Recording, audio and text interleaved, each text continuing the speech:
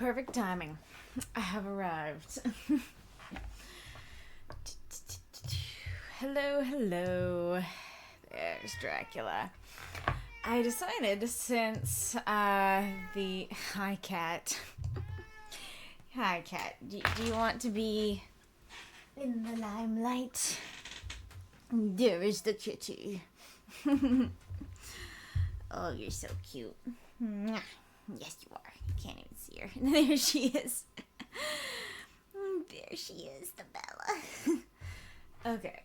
As often happens, because I'm paranoid about the sound, I want to check and see if I can hear. Hi, baby. Where you going?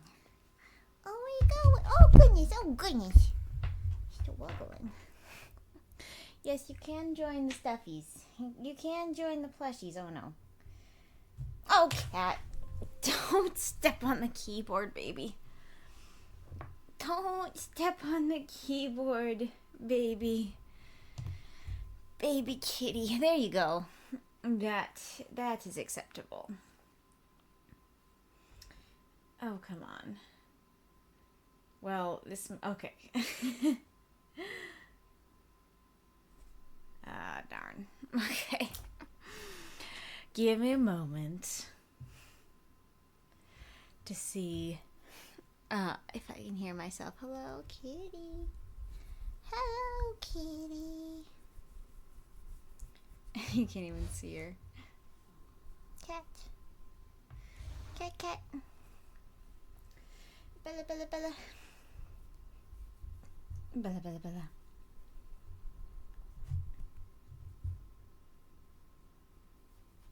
Okay, hello, hello?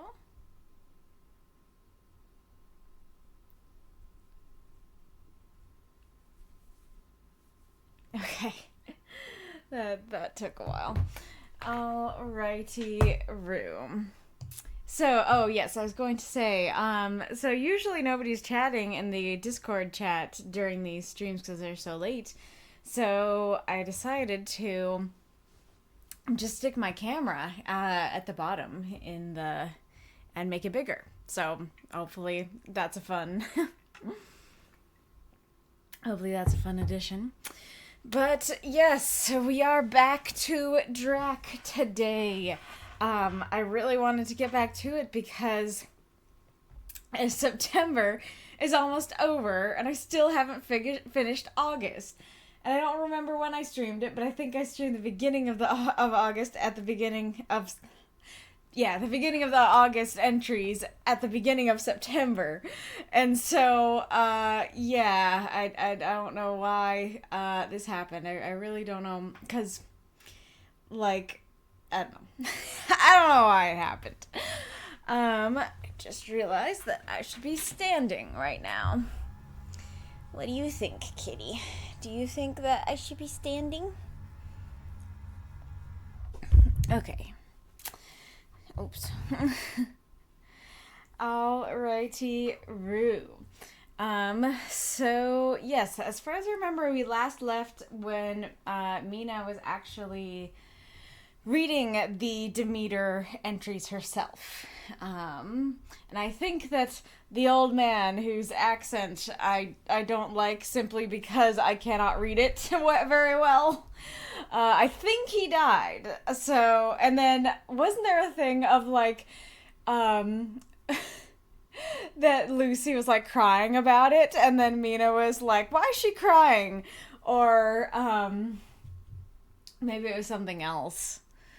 Maybe it was something that Mina was crying about, and then she like, oh, maybe it was the dog, that the dog was like hurting someone or something, and let me go actually pull up the Dracula Daily entries.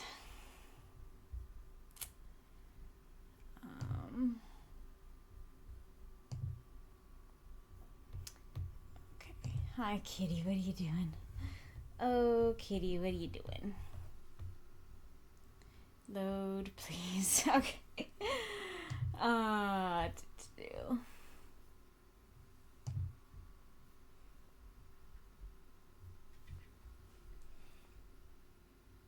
yeah, the dog who's, like, got kicked and then was quivering and cowering. Oh, yeah, and so, like, the dog got kicked, and then Lucy felt bad for it, and then Mina's like, she's so sensitive, why does she feel bad for it? And I was like, of course she feels bad for it. But anyways, let us go on to August 11th, Mina Murray's journal. 11th August, 3 a.m. Diary again. No sleep now, so I may as well write. I'm too agitated to sleep. We've had such an adventure, such an agonizing experience. I fell asleep as soon as I had closed my diary. Suddenly, I became broad awake and sat up with a horrible sense of fear upon me, and of some feeling of emptiness round me. The room was dark, so I could not see Lucy's bed. I stole across and felt for her. The bed was empty. I lit a match and found that she was not in the room. The door was shut, but not locked, as I had left it. I feared to wake her mother, who had been more than usually ill lately, so threw on some clothes and got ready to look for her. As I was leaving the room, it struck me that the clothes she wore might give me some clue to her dreaming intention. Dressing gown would mean house, dress outside. Dressing gown and dress were both in their places. Thank God, I said to myself. She cannot be far, as she is only in her nightdress. I ran downstairs, looked in the sitting room. Not there. Then I looked in all the other open rooms of the house, with an ever-growing fear chilling my heart. Finally, I came to the hall door and found it open. It was not wide open, but the catch of the lock had not caught. The people of the house are careful to lock the door every night, so I feared that Lucy must have gone out as she was. There was no time to think of what might happen. A vague, overmastering fear obscured all details. I took a big, heavy shawl and ran out. The clock was striking 1 as I was in the crescent, and there was not a soul in sight. I ran along the north terrace, but could see no sign of the white figure which I expected. At the edge of the west cliff above the pier, I looked across the harbor to the east cliff, in the hope or fear, I don't know which, of seeing Lucy in our favorite seat. There was a bright, full moon, with heavy black driving clouds, which threw the whole scene into a fleeting diorama of light and shade as they sailed across. For a moment or two, I could see nothing, as the shadow of a cloud obscured St. Mary's Church and all around it. Then, as the cloud passed, I could see the ruins of the abbey coming into view, and as the edge of a narrow band of light, as sharp as a sword cut, moved along, the church and the churchyard became gradually visible. Whatever my expectation was, it was not disappointed, for there, on our favorite seat, the silver light of the moon struck a half-reclining figure, snowy white. The coming of the cloud was too quick for me to see much, for shadow shut down on light almost immediately, but it seemed to me as though something dark stood behind the seat, where the white figure shone, and bent over it. What it was, whether man or beast, I could not tell. I did not wait to catch another glance, but flew down the steep steps to the pier, and along by the fish market to the bridge, which was the only way to reach the east cliff. The town seemed as dead, for not a soul did I see. I rejoiced that it was so, for I wanted no witness of poor Lucy's condition. The time and distance seemed endless, and my knees trembled, and my breath came labored as I toiled up the endless steps to the abbey. I must have gone fast, and yet it seemed to me as if my feet were weighted with lead, and as though every joint in my body were rusty. When I got almost to the top, I could see the seat and the white figure, for I was now close enough to distinguish it, even through the spell of shadow. There was undoubtedly something, long and black, bending over the half-reclining white figure. I called in fright, "Lucy! Lucy!" And something raised a head, and from where I was I could see a white face and red, gleaming eyes. Lucy did not answer, and I ran on to the entrance of the churchyard. As I entered, the church was between me and the seat, and for a minute or so I lost sight of her. When I came in view again, the cloud had passed, and the moonlight struck so brilliantly that I could see Lucy half reclining, with her head lying over the back of the seat. She was quite alone. There was not a sign of any living thing about. I was gonna read the whole entry, but this one's actually quite long, so I guess I'll stop after the very long paragraph and discuss. Yeah. Spooky times. Let's see. No sleep now, so I may as well write. I love the casualness of no sleep now. No sleep now. Right time. uh, Accurate to the writer's experience.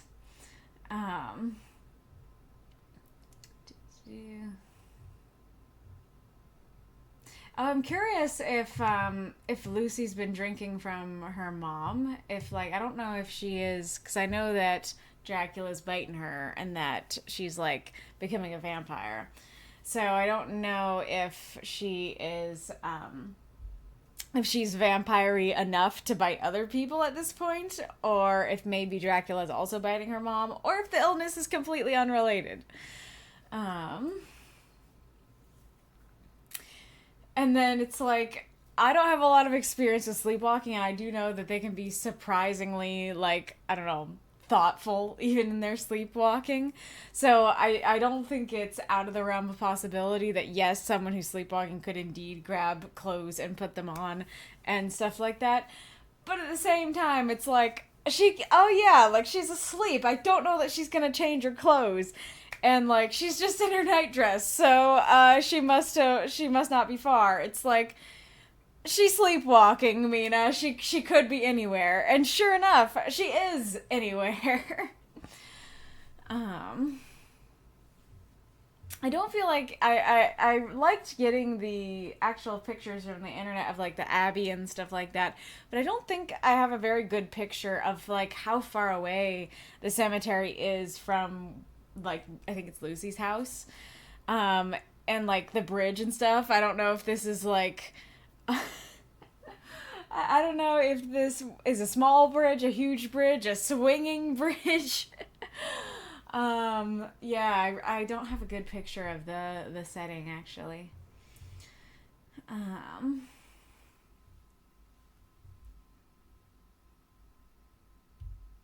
Yeah, I really like the vibes. Like, Bram Stoker is so good at the spooky vampire vibes, like just her running out in a shawl in the night looking for her sleepwalking friend and then finding a figure with red eyes over her and like not getting a good look at it because of the shadow. Like, I really like that. Those are some great spooky vibes. And then her, like, being this white figure because she's in her nightdress makes her seem more ghostly and vampiric, so that's fun too. And then the full moon is, of course, more good spooky vibes. I like through the whole scene into a fleeting diorama of light and shade as they sailed across. That's pretty. A narrow band of light as sharp as a sword cut. Love that. Oh yeah, that, like, those vibes of just like that sliver of moonlight across her, and she's a white figure and the dark one over her. Peak vibes. I don't know how I feel about the fact that she calls out to her, because on the one hand, probably would do the same, and on the one hand, like, maybe she's helping keep her safe, and she did scare Drac and make him go away, so that was good. But at the same time, you see a mysterious figure over your friend. If you call out to your friend, you're gonna alert the mysterious figure, and then maybe also get attacked. You don't know what's up with this mysterious figure.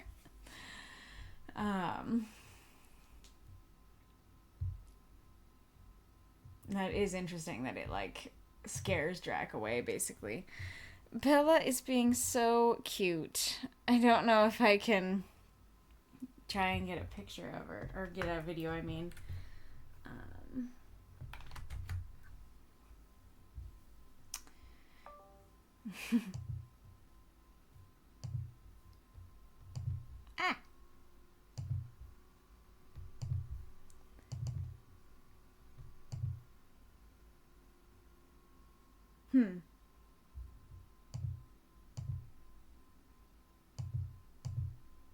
That's odd.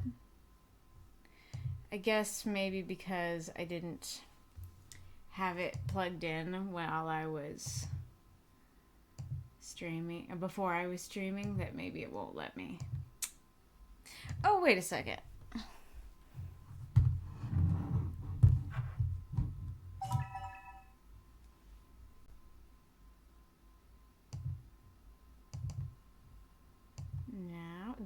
go. Oh no, it still has the stuff on the...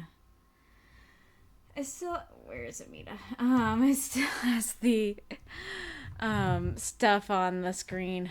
I'll have to ask my dad how to get rid of that. Oh, you can't tell it as well, but she is... I still have all the plushies here, so she is just within all the plushies being super cute.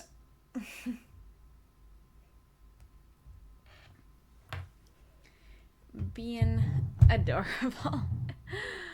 I could leave the camera there, but I think it's too close.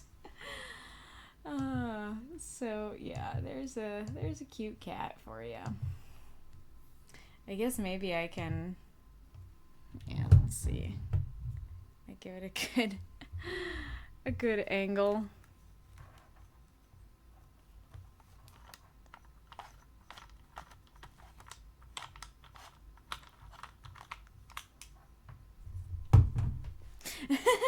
There's the bat plushie.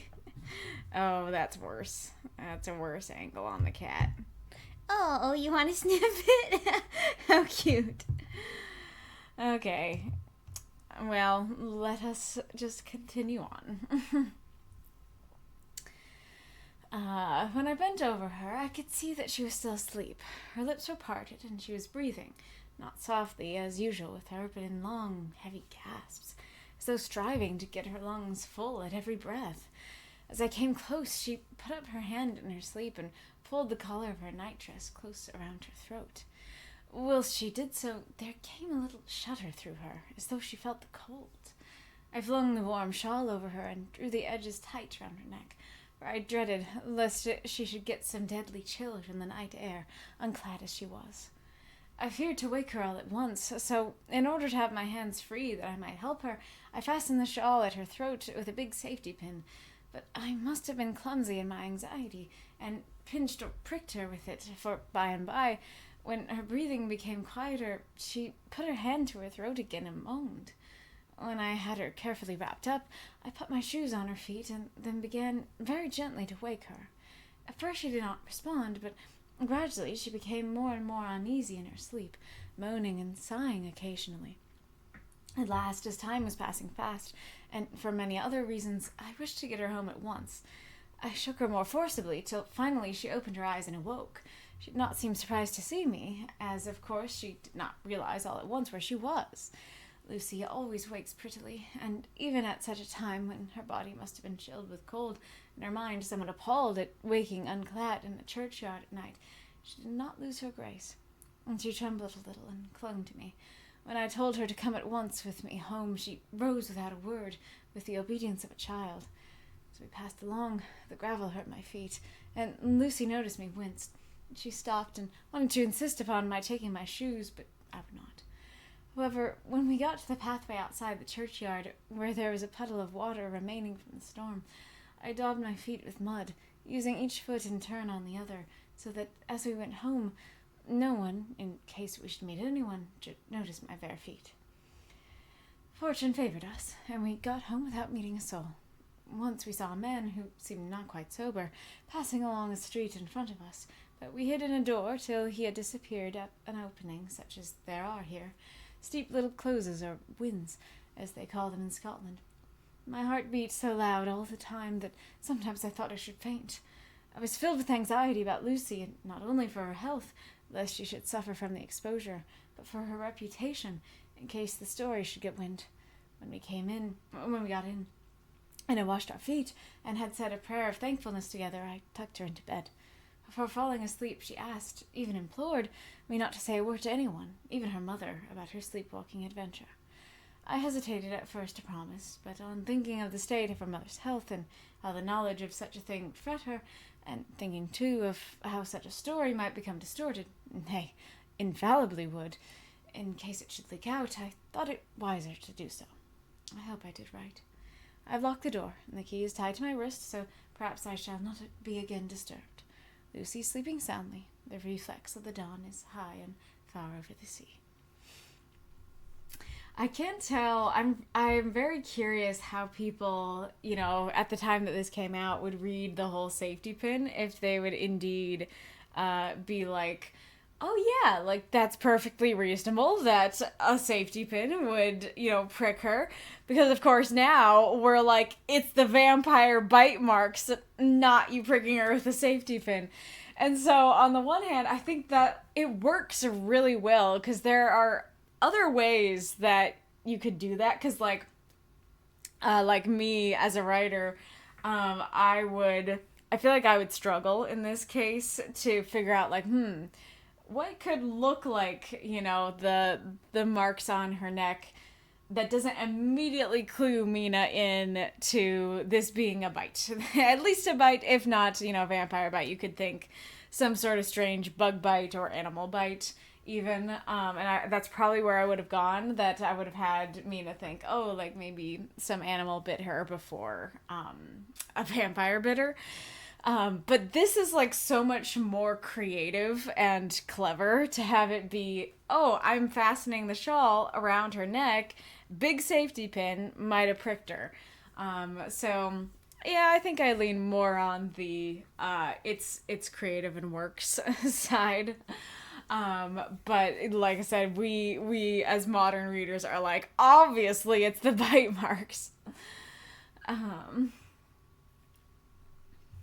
Yeah, so I don't know if this is actually the first time she's been bitten, because I presume that the bite marks would be there in previous nights if he had. So maybe this is the first time he truly, like maybe the other times she really was sleepwalking, and she saw a bat, right? She saw him outside. So maybe he was like calling to her and then only now bit her, or maybe he has been biting her all this time. I'm not quite sure. But I'm also very curious of why he chose Lucy. I mean, obviously Lucy is super attractive, whether it be her looks, her personality, both. She had 3 proposals, and now Drac wants her, so she is the hottest girl in town, no doubt about it. But I'm curious how he found out about her, and picked her and stuff like that.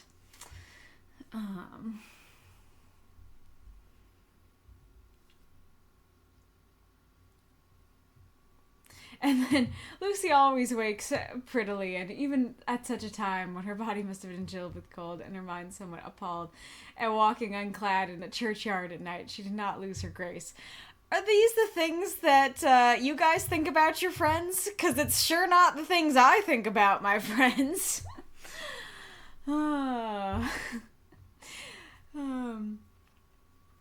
But yeah, it's just wild that as she's like, her friend was sleepwalking, a horrible, mysterious monster figure was over her. She's got like a mark on her neck. The thing Mina's thinking about is, oh, she's so pretty.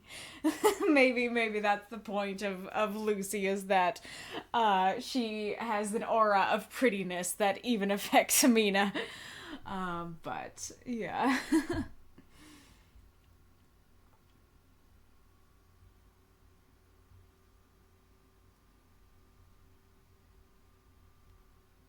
Oh yeah, so then puddle water down my feet. Oh, I see. So that's kind of a weird way to say that. In case we should meet anyone, she'll notice my bare feet. They're still bare feet. Oh, I see. It's just she put mud on them so they're all dirty, so that they don't stick out in the dark. Gotcha. Oh yeah, and then I really like that we saw a man who seemed not quite sober. Like, a really, really polite way of being like, we saw a guy drunk off his ass, we avoided him, and he seemed, how can I say this, not quite sober. And then also, like, opening as there are here, steep little closes or winds as they call them in Scotland. Why do I care what they call them in Scotland? It's like, if I'm just like writing a story and I'm like, I pulled out my flashlight, or torch as they call in Britain, and it's like, why do we need to mention what they're called in Britain? We're not in Britain. I don't know if Mina has spent some time in Scotland. If she has, it's probably been so long I forgot she mentioned it. I mean, clearly she's either spent time there or just knows about it, but it's just kind of like, why is that information you'd like to offer right now? It is a pretty name, though. I will say that. I like Wins. Very, very nice.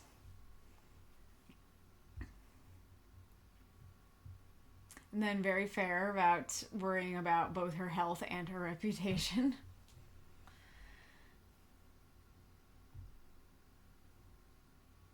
And then again, it's kind of the thing of like, it might help your safety to have more people know, but also fair that like people will think ill of you, especially in this world, for that happening.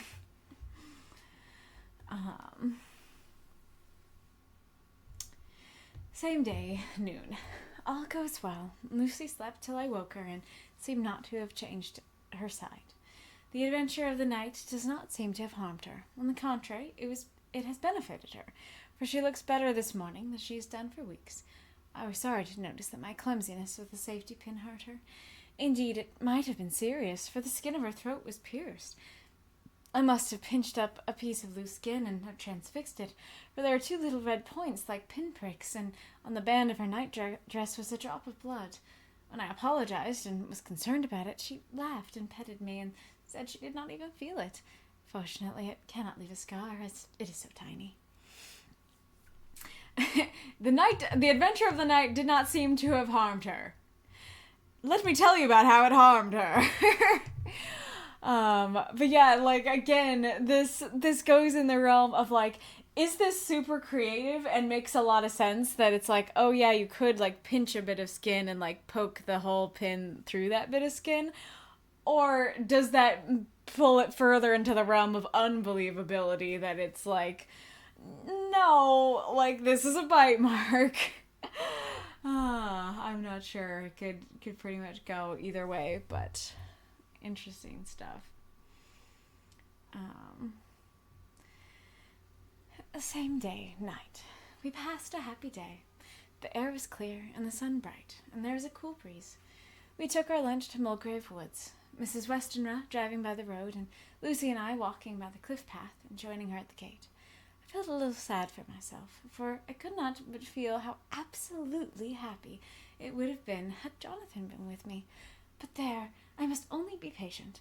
In the evening, we strolled in the casino terrace and heard some good music by Sofer and Mackenzie, and went to bed early. Lucy seems more restful than she's been for some time, and fell asleep at once.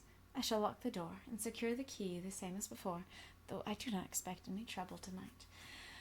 I mean, Mina, like, homegirl got up, walked to the cemetery, got bitten by, well, you don't know she was bitten, but, you know, encountered a strange red-eyed creature, and you're just, like, expecting nothing to happen tonight?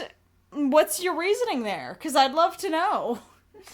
Oh yeah, I was also going to say up here that this is very curious, because I know the vampires, like, once they drink something, then they look better. But it generally doesn't sound like she drank anybody, so I don't know why she would look better after being bitten. Especially if it was the first time she was bitten. But very cute that she's thinking of Jonathan. Love that.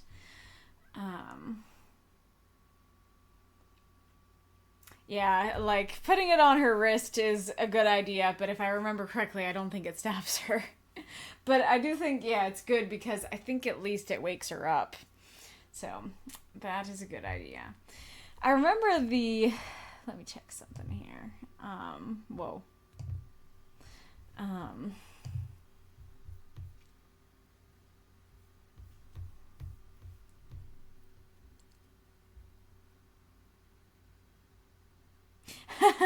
So, I just remembered that the little subtitles for the Dracula daily entries, were quite funny on these ones. So, I'll just, like, pull it up. So the one from last time was, in which someone kicks a dog, Lucy takes a walk, and then this one, Mina's expectations were wrong, and a letter from someone new. So I assume that is saying that indeed her expectations that she would not sleepwalk again were wrong. And that's the first line. That's amazing. August 12th, Mina Murray's journal, 12th of August. My expectations were wrong, for twice during the night I was awakened by Lucy trying to get out. She seemed in her sleep to be a little impatient at finding the door shut, and went back to bed under a sort of protest. I woke with the dawn and heard the birds chirping outside the window. Lucy woke too, and I was glad to see was even better than on the previous morning. All her old gaiety of manner seemed to have come back, and she came and snuggled in beside me and told me about Arthur. I told her how anxious I was about Jonathan, and then she tried to comfort me. Well, she succeeded somewhat, for though sympathy can't alter facts, it can help to make them more bearable. That's a very sweet line. Sympathy can't alter facts, but it can help to make them more bearable. I really like that. But yeah, it's really interesting because, like I said, I didn't know, at least I think I talked about this, that I didn't know that Renfield was Dracula's servant or in any way controlled by him. Well, I don't know how directly he's controlled. I think we're going to see it by, like, August 30th. I didn't know about it until I saw the trailer for the Renfield movie. And so this makes me curious because if Renfield had some sort of control over him, I wonder if that's happening to Lucy, that she's feeling drawn to him. And I'm wondering how he exudes that control. Because I know, like, vampires have, like in Vampire the Masquerade, one of the powers you can get is Dominate, which I'm guessing is pretty much this. But yeah, so I don't know what, like, how ranged it is, because in some, I don't remember what it is in Vampire the Masquerade, but, like, I know in some stories that kind of thing requires eye contact. Sometimes it requires unbroken eye contact. But this feels like he can do it from, like, a mile away. So that's very curious.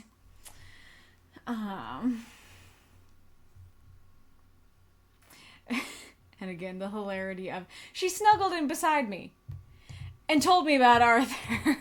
Like, I get that the world was different back then, and I think that people were a lot more... It's a funny thing, because I think it seems like people were a lot more okay with, like, doing these sorts of things with people who you just consider friends, and they didn't find it weird. And granted, like, I think even today you can do that with your friends. I think part of it is because, like, they're adults and not kids and stuff like that, and they're, like, doing this every night, but it does make sense because she's sleepwalking, so I don't know. But it's just funny that it's like, you're doing something that couples do, and then talking about, you know, somebody else is kind of a funny image to my modern brain. But maybe even today it would be fine. I don't know. Was there something I missed back here? No, there wasn't. Okay. Letter. Sister Agatha, Hospital of St. Joseph, and... What does STE mean?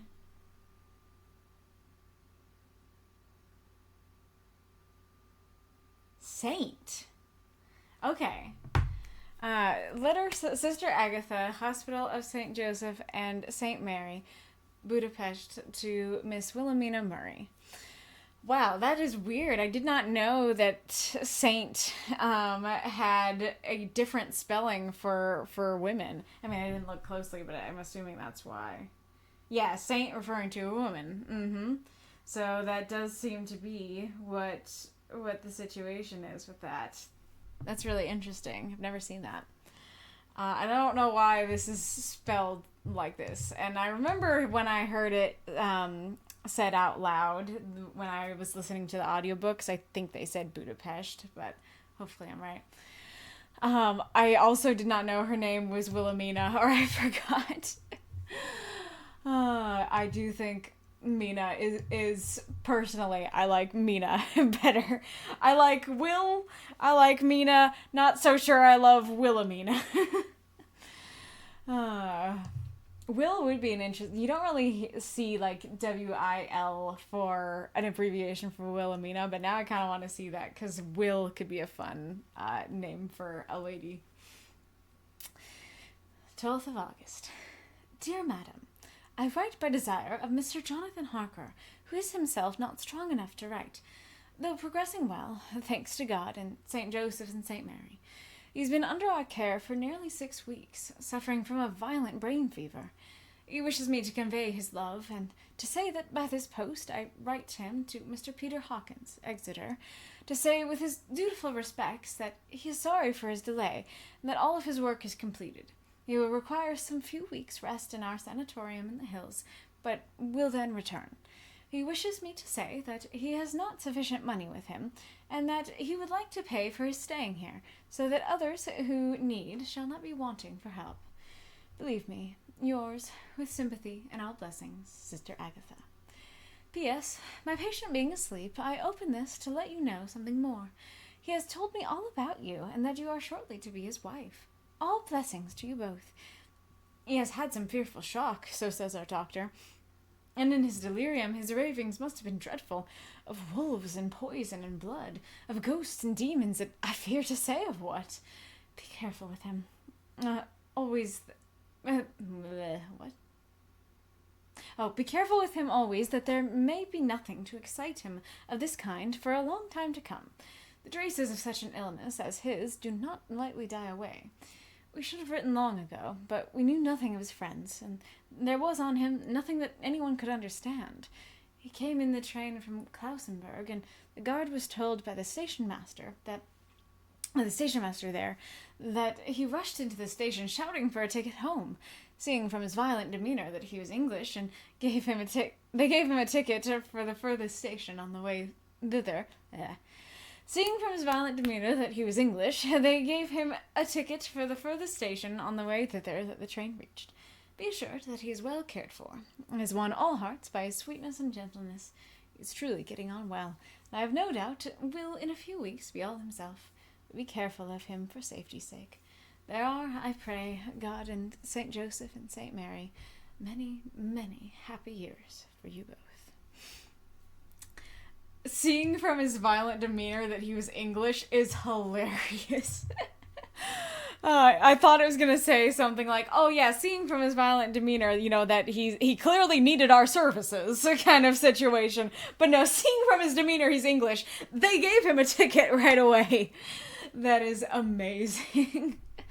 What was the other? There's also... Oh, yeah, the other funny thing is that it's like, he wishes to convey his love, and also, he's done his work. If that ain't a mood, I don't know what is. That it's like, you've suffered a harrowing experience where you very easily could have died, and you were captured by a vampire, and your first thought after you get out... The first letter that you write after you get to safety, get out, are ready to write something, is, yeah, I love my fiance, but tell my boss that I did my work, That is so funny and so relatable. And then a violent brain fever is quite the term. I'm sure that, I haven't really heard that term before, but I'm sure it was, a common term at the time, but now it sounds almost kind of funny. Like, he suffered from a brain fever. It's like, there's kind of two options here. It's kind of like, either it's way worse than a fever, and that word doesn't really cover it, or, as I know, he is not suffering from any sort of, hallucination. The things he saw were, in fact, real. But fair that they think it's not. Completely fair. Oh yeah, and then it's like, yeah, I love my fiance. Tell my boss that I did my work. Also, please send some money because, I don't want to be a burden. I don't want to be a burden to the people I'm staying with, so please send some money to them. That's also very funny and relatable.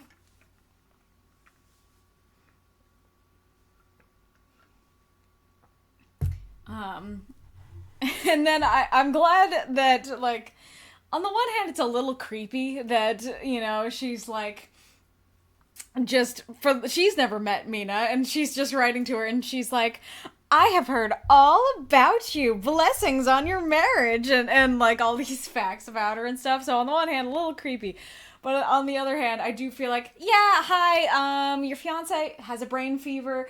He he loves you. He wants his boss to know that he did his work, and he wants you to send some money. You know, that doesn't feel as good of a letter to receive as, like, with the PS of, oh yeah, he's been talking all about you, like, blessings on your marriage, and like, hey, you should take care of him because he's been, like, saying some concerning things. And, like, the more emotional level in the PS, I think that would be better to receive than just tell his boss he did his work, send money. And it's interesting, I'm assuming, I can't remember if Jonathan has used the word vampire yet, but if he has, then he probably said it to her. And so it's curious that she's fine with saying wolves, poison, blood, ghost, and demon, but draws the line at vampire. Though, of course, that adds to Dracula's mystique and scariness, so... And then, be careful that there may be nothing to excite him of this kind for a long time to come. Yeah, I don't think that's happening, because if I understand correctly, I think they're going back by the end. And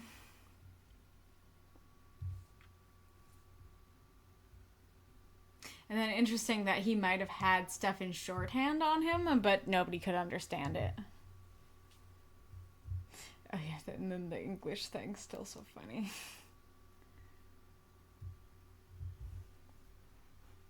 And then it's also funny that it's like, he has a violent demeanor, but he's sweet and gentle. Like, I think I know Jonathan well enough to know that the sweet and gentle one is accurate, but it's still funny right after seeing from his violent demeanor he was English. He has won all hearts by his sweetness and gentleness, seem to contradict. Alright. August 13th. Mina Murray's journal. 13th of August. Another quiet day, and to bed with the key on my wrist as before. Again, I awoke in the night, and found Lucy sitting up in bed, still asleep, pointing to the window. I got up quietly, and pulling aside the blind, looked out. It was brilliant moonlight, and the soft effect of the light over the sea and sky merged together in one great silent mystery. It was beautiful beyond words. Between me and the moonlight flitted a great bat, coming and going in great whirling circles. Once or twice it came quite close, but was, I suppose, frightened at seeing me, and flitted away across the harbour towards the abbey. When I came back from the window, Lucy had lain down again and was sleeping peacefully. She did not stir again all night. It's interesting that actually seeing Dracula, like, she seems less, like, Lucy reacted less strongly to that than, like, earlier when she was, like, last night when she was trying to get out the door. But this is one of the funny things. So it's like, giant bat, probably no big deal. And then the next one says glowing red eyes, probably no big deal. I love that. Oops, wrong one. Go here, and Dracula. But again, I like that image. Nice spooky vibes of just her, like, you know, what did it say? That she's asleep, sitting up in bed, looking out the window, moonlight on her face, and there's a giant bat out there. And then I love that, you know, Mina's like, what you looking at, Lucy? And then Dracula's like, oop, not the right night, fly away. There's another person there, fly away.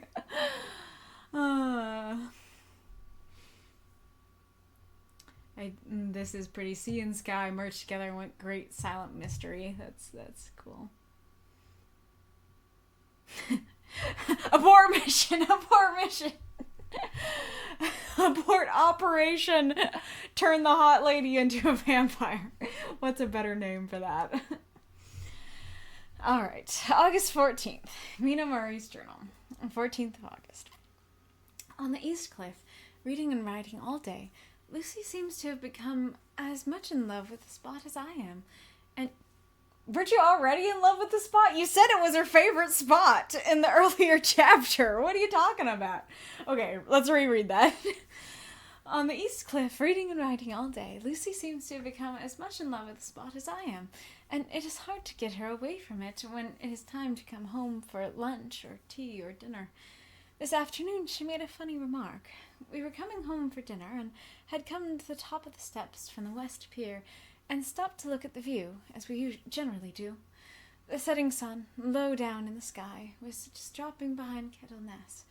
The red light was thrown over on the East Cliff and the old Abbey, and seemed to bathe everything in a beautiful rosy glow. We were silent for a while, and suddenly Lucy murmured as if to herself, "His red eyes again. They are just the same." It was such an odd expression, coming apropos of nothing, that it quite startled me. I slewed round a little, so as to see Lucy well, without seeming to stare at her, and saw that she was in a half-dreamy state, with an odd look on her face that I could not quite make out. So I said nothing, but followed her eyes. She appeared to be looking over at our own seat, whereon was a dark figure, seated alone. I was a little startled myself, for it seemed for an instant as if the stranger had great eyes like burning flames, but a second look dispelled the illusion. The red sunlight was shining on the windows of St. Mary's Church behind our seat, and as the sun dipped there was just sufficient. Oh my goodness, why am I tripping so much? The red sunlight was shining on the windows of St. Mary's Church behind our seat, and as the sun dipped, there was just sufficient change in the refraction and reflection to make it appear as if the light moved. I called Lucy's attention to the peculiar effect, and she became herself with a start, but she looked sad all the same. It may have been that she was thinking of that terrible night up there. We never refer to it, so I said nothing, and we went home to dinner. Lucy had a headache, and went early to bed. I saw her asleep, and went out for a little stroll myself. I walked along the cliffs to the westward, and was full of sweet sadness, for I was thinking of Jonathan. When coming home, it was then bright moonlight, so bright that, though the front of our part of the crescent was in shadow, everything could be well seen. I threw a glance up at our window, and saw Lucy's head leaning out. I thought that perhaps she was looking out for me, so I opened my handkerchief and waved it. She had not noticed or make any movement whatever. Just then the moonlight crept round an angle of the building, and the light fell on the window. There distinctly was Lucy, with her head lying up against the side of the windowsill, and her eyes shut. She was fast asleep, and by her, seated on the windowsill, was something that looked like a good-sized bird. I was afraid she might get a chill, so I ran upstairs, but as soon as I came into the room, she was moving back to her bed, fast asleep and breathing heavily. She was holding her hand to her throat, as though to protect it from the cold. I did not wake her, but tucked her up warmly. I have taken care that the door is locked and the window securely fastened. She looks so sweet as she sleeps, but she's paler than is her wont, and there's a drawn, haggard look under her eye which I do not like. I fear she's fretting about something. I wish I could find out what it is. You don't think it's the it's the bats and the glowing red eyes and the bite marks on her neck? You don't think so, Mina? So I think we might have reached the part that I have not gotten to yet, because I don't remember this. So, but it's it's higher up. But I do remember the letter, and I think in the letter it's later, so maybe I'm not having a good memory for this particular bit of the story. But even if this isn't it yet, we are getting there. Let's see here. I'm not sure if I've made Mina's voice too much like Lucy's. This is the problem of going too long between sessions, is I don't remember their voices well enough. I also don't, going back to the setting thing, I'm not really sure. There's the old Abbey and then St. Mary's Church, and I think I keep getting them confused as well. So I don't know if it's like, there's the cemetery and the Abbey and the church is over there, or if it's like church, cemetery, Abbey. And then this is curious. I'm guessing she is asleep as she's saying this as well, that she doesn't know what she's saying. And then, yeah, very creepy. So, a friend of mine said that something fun about Dracula is that Dracula is in the background of almost every scene, and it's not really something that he said he's ever seen any of, like, the movies or adaptations do, because it's more difficult to get across in a visual medium. But I am definitely starting to see that. Because, like, this one's a bit more obvious, but I could totally see him being present in the earlier chapters, too. But yeah, it's just like, you look out, I mean, yeah, you like look out your window and see your favorite cemetery seat, and there's just some creepy guy like staring all the way at you at your house. And your friend is remarking about red eyes. Very creepy.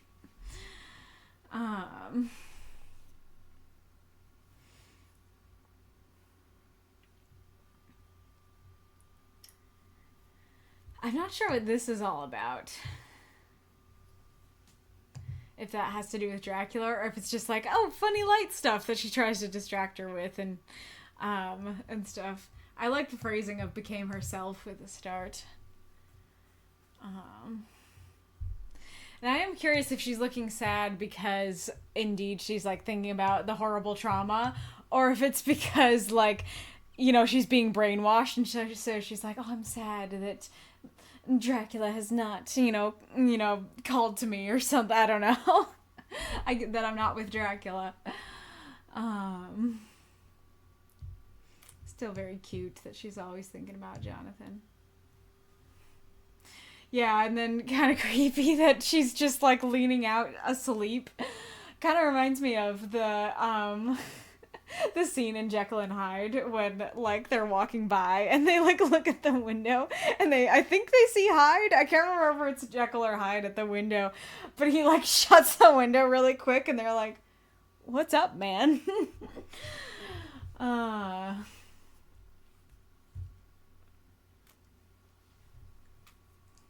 And then interesting that, like, I have not really heard about him turning into a bird. I didn't think that he had, like, unlimited shapeshifter powers, and granted, maybe this is just because I've played Symphony of the Night, but I thought that it was, like, wolf, bat, and mist. I thought those were the things he turned into, and that it was kind of like, here are your options, you know, this is what you can turn into as a vampire, not like, he can shapeshift into anything, but those are his favorites, kind of thing. So interesting that he can turn into a bird, and then even more interesting that he could bite her like that, because either that means that he bit her as a bird, or that he turned into a person in the split second when Mina was going up the stairs. And if so, was he, like, lizarding on the window? Actually, as I'm talking about that, I think that's what happened. That he in lizard fashion, he was on the window, nomming on her neck. Oh, there is an ad break.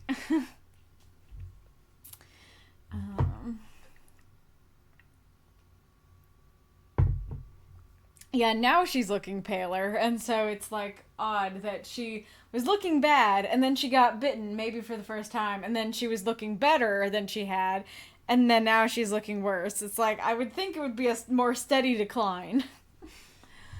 Oh yeah, and then she's fretting about something. Gee, wish I knew. Like, I know this is one of the, again, I think that if I were somebody at this time, I would be like, wow, what is this mystery? What is this strangeness? What's out there? You know? Well, I don't know, because you have been told about Dracula at this point, and you know he's in England, so I guess maybe even people at that time would be able to put it together and be like, yeah, we've been told about Dracula. This is his doing. So, yeah, maybe people back then would not be as clueless as I thought. Alright. Oh, and in case you're confused, Mina has not received the letter yet. They made a note of it in Dracula Daily that, like, this is the date that the letter was written, not the letter that not the day that she received it. Alright. August 15th. Mina Murray's journal. 15th of August. Rose later than usual. Lucy was languid and tired, and slept on after we had been called. We get a happy surprise at breakfast. Arthur's father is better, and wants the marriage to come off soon. Lucy is full of quiet joy, and her mother is glad and sorry at once. Later on in the day she told me the cause. She is grieved to lose Lucy as her very own, but she is rejoiced that she is soon to have someone to protect her. Poor, dear, sweet lady. She confided to me that she has got her death warrant. She's not told Lucy, and made me promise secrecy. Her doctor told her that within a few months at most she must die, for her heart is weakening. At any time, even now, a sudden shock would be almost sure to kill her. We were wise to keep from her the affair, the dreadful night of Lucy's sleepwalking. That is sad. That is sounding like it's not anything to do with Drac. I mean, granted, we can't rule it out, but that is sounding like genuinely it's just an unfortunate coincidence. I wonder if that is something that's going to come back. I wonder if she is going to, like, see Dracula and die of shock, or if that's just an unrelated sad factoid that we got. But I do like, fleshing out the other characters and, like, getting the insights of, like, oh, she's sad that, Lucy isn't gonna have Lucy all to herself anymore. Oh, yeah, that's interesting, because isn't Arthur's dad also sick? So now they kind of have, like, these horrible tragedies in common, that they both are losing a parent, and at the same time, no less. And so it's kind of like, this is absolutely horrible, but, like, at least they have each other, or at least they have each other's shoulders to cry on, and they can very much completely sympathize with each other's thoughts and fears and grievances and stuff. I like the phrasing of death warrant. What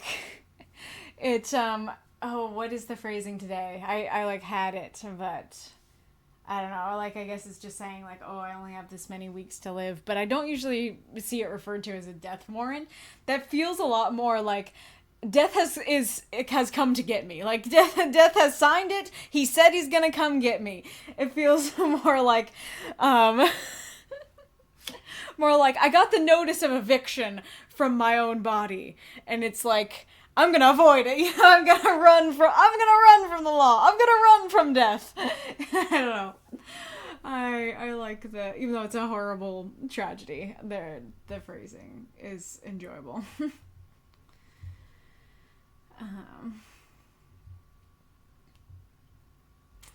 And it is kind of interesting, and I don't know how I feel about the fact that she's telling Mina but not Lucy, that Lucy should know about this info. Like, I get that she's trying to protect her, but, like, you only have so much time left, and so Lucy will probably interact a bit differently, and granted, maybe that's exactly what she doesn't want, but it's like, I don't know, I prefer knowing so that I can, like, hug a little longer and tell the person I love them more often and stuff like that, and just try to really make the most of that time we have left. So if I were Lucy, I would want to know, even though it's sad and horrible, and kind of because it's sad and horrible. All right, August 17th, Mina Murray's journal, 17th of August. No diary for 2 whole days. I have not had the heart to write. Some sort of shadowy pall seems to be coming over our happiness. No news from Jonathan, and Lucy... What in the world? I don't know what that's about. Maybe, is there a note? Maybe there was. No news from Jonathan, but Lucy seems to be growing weaker, whilst her mother's hours are numbering to a close. I do not understand Lucy's fading away as she is doing. She eats well and sleeps well and enjoys the fresh air, but all the time the roses in her cheeks are fading, and she gets weaker and more languid day by day. At night I hear her gasping as if for air. I keep the key of our door always fastened to my wrist at night, but she gets up and walks about the room and sits at the open window. Last night I found her leaning out when I woke up. When I tried to wake her, I could not. She was in a faint. When I managed to restore her, she was as weak as water, and cried silently between long, painful struggles for breath. When I asked her how she came to be at the window, she shook her head and turned away. I trust her feeling ill may not be from that unlucky prick of the safety pin. I looked at her throat just now as she lay asleep, and the tiny wounds seem not to have healed. They're still open, and if anything larger than before, and the edges of them are faintly white. They are like little white dots with red centers. Unless they heal within a day or two, I shall insist on the doctor saying about them. Interesting. So that's Dr. Seward that they would go to, right? Or is he's a different field, so maybe not. But that would be an interesting connection.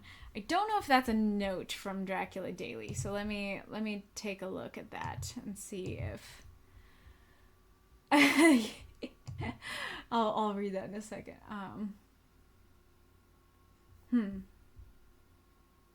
Oh, so that was the note I just told you about. So the little asterisk was no news from Jonathan. A reminder that Sister Agatha's letter from Beda-Pesth was written last week. It's just that Mina hasn't received it yet. But yes, this is oops. I went back up.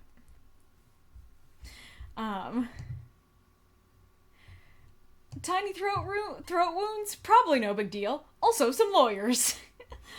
I love it. Okay, back to Drac.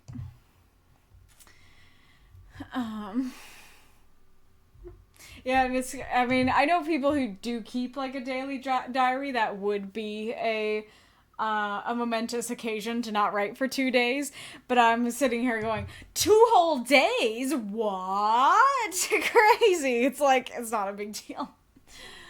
And very fair that it feels like a shadow has come over your happiness. The shadow has a name. It's Dracula.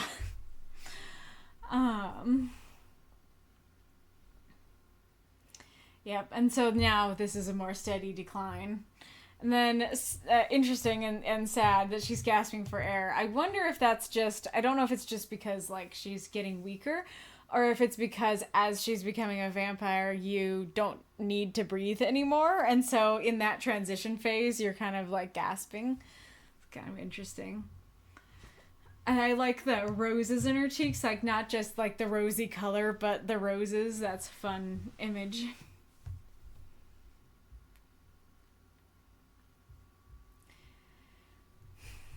And then weak as water is an interesting image.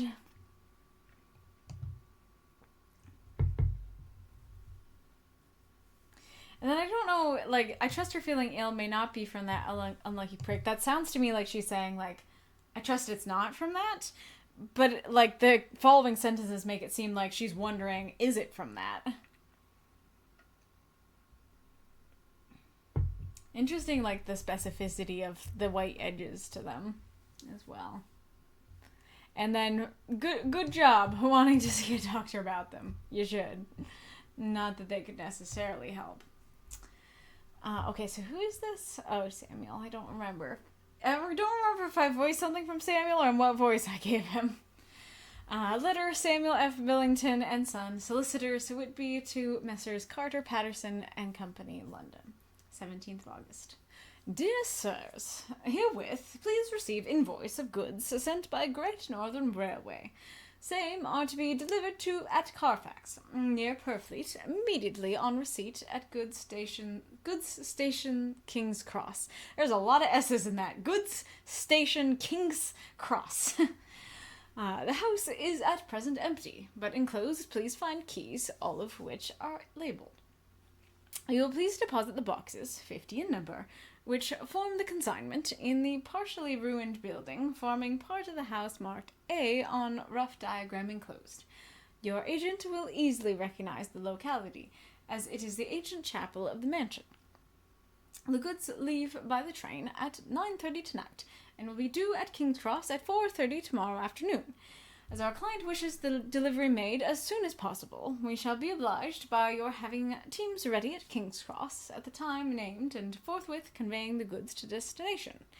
In order to obviate any delays possible through any routine requirements as to payment in our departments, we enclose check herewith for £10, receipt of which please acknowledge.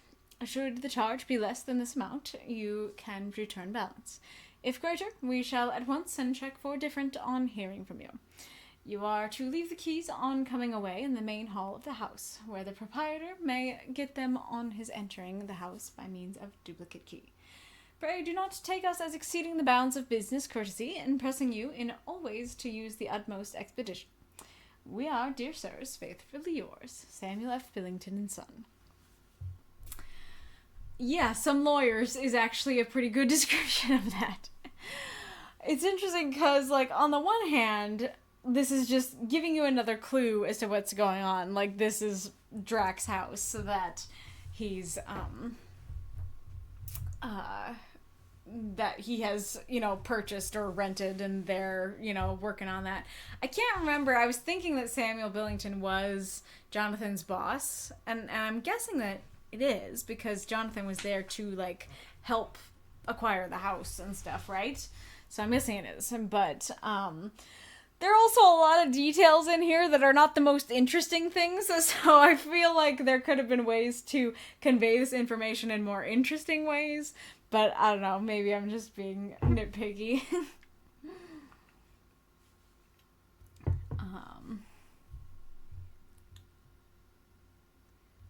And then I'm guessing, like, it's with business and stuff like that, they probably would return balance, but it's so funny that it's like, if it's less, you can return the money, and it's like, no, it was exactly $10, yeah, Or I guess you even could lie and say it was more, what's to stop people from lying and taking more money, other than just, like, practices I don't know about, or the honor system.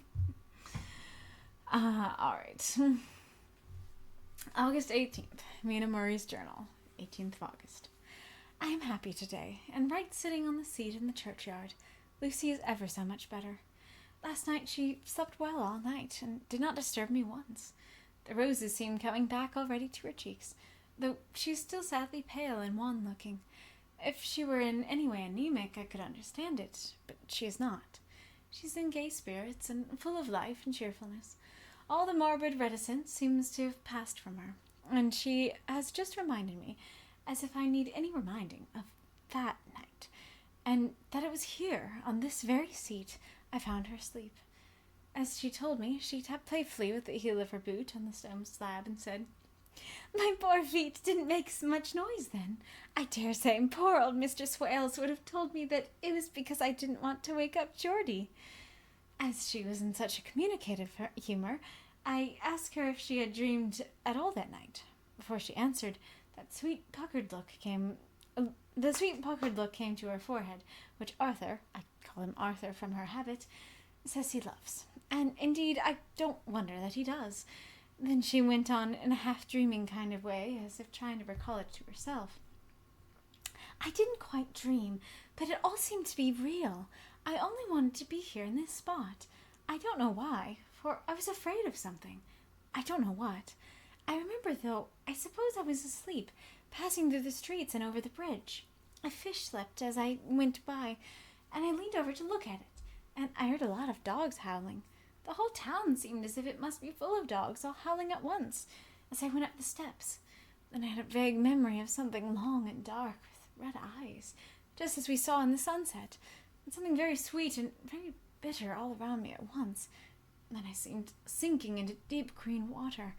There was a singing in my ears, and as I have heard there is to drowning men. And then everything seemed passing away from me. My soul seemed to go out from my body and float about the air. I seem to remember that once the West Lighthouse was right under me, and then there's a sort of agonizing feeling, as if I were in an earthquake, and I came back and found you shaking my body. I saw you do it before I felt you. She then began to laugh. It seemed a little uncanny to me, and I listened to her breathlessly. I did not quite like it, and thought it better to keep her mind on the subject. So we drifted on to other subjects. Better not to keep her mind on the subject. So we drifted on to other subjects, and Lucy was like her old self again. When we got home, the fresh breeze had braced her up, and her pale cheeks were really more rosy. Her mother rejoiced when she saw her, and we all spent a very happy evening together. Oh yeah, that could be the other thing that happens, is her mother dies before Lucy's okay, before Lucy is saved from her fate because I don't know if I've talked about what I know and what I don't know, or how much I've talked about it, but as far as I know, they save Lucy, but then Mina almost gets turned into one, and I think there's like much more of a threat that she's gonna get turned into one than Lucy by the end. But I don't think either of them do in the end. But I could be wrong. That's just what I know and remember from like hearsay or whatever. But yeah, so like, you know, her mom dying at the height of Lucy being about to turn into a vampire is sad in its own way. And it's interesting that, like, they never talked about it, and then she just, like, brings it up willy-nilly. And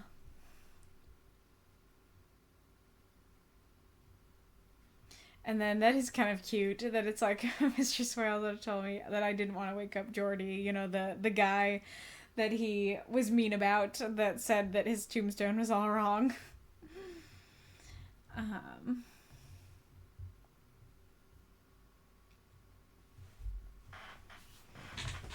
And it's interesting that she is afraid, so it seems like the brainwashing is not making her love him yet. Well, I guess we'll come back to that, but like it's at least not entirely overriding her fear.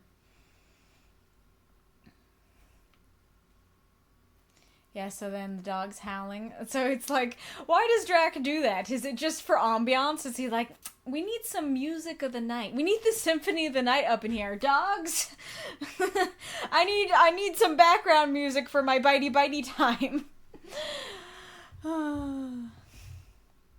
It's interesting that she describes him as long. Like, does she mean tall? I don't know exactly what she means by long. And interesting that she says something very sweet and very bitter.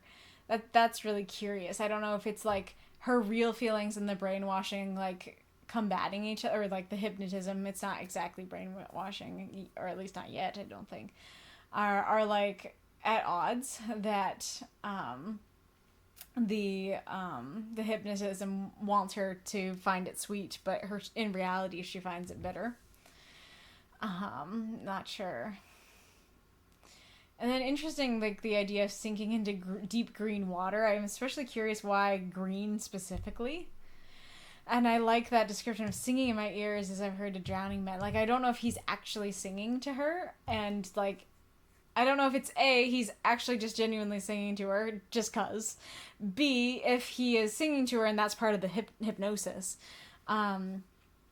Or C, if like something he's doing sounds like singing, or like something about the whole process like kind of becomes a hallucination of singing, but nobody's actually singing. Or like maybe it's the dogs. Could be another thing, is that the howling like is kind of obnoxious, but then when she's in this trance state, it kind of turns into this singing. But I really like that description of, as it is to drowning men. I assume she's talking about like sirens, and very accurate to what's going on with Dracula. So that's a really cool descriptor there. And then also really interesting that she goes so far as to say it seemed like her soul was going out of her body. That's super curious. And then earthquake, like I don't know if her shaking her felt so strong in that moment that it felt like an earthquake, or if she's referring to something else. Again, super curious. And then it's like, it seemed a little uncanny to me. I did not quite like it. And on the one hand, it's like, yeah, like, okay, this could be a dream, it could be a hallucination, and she hasn't like talked about anything super concrete or horrible. And so I can kind of understand why she's using softer terms, but at the same time, I'm sitting here going, a little? Not quite? Like, come on, man.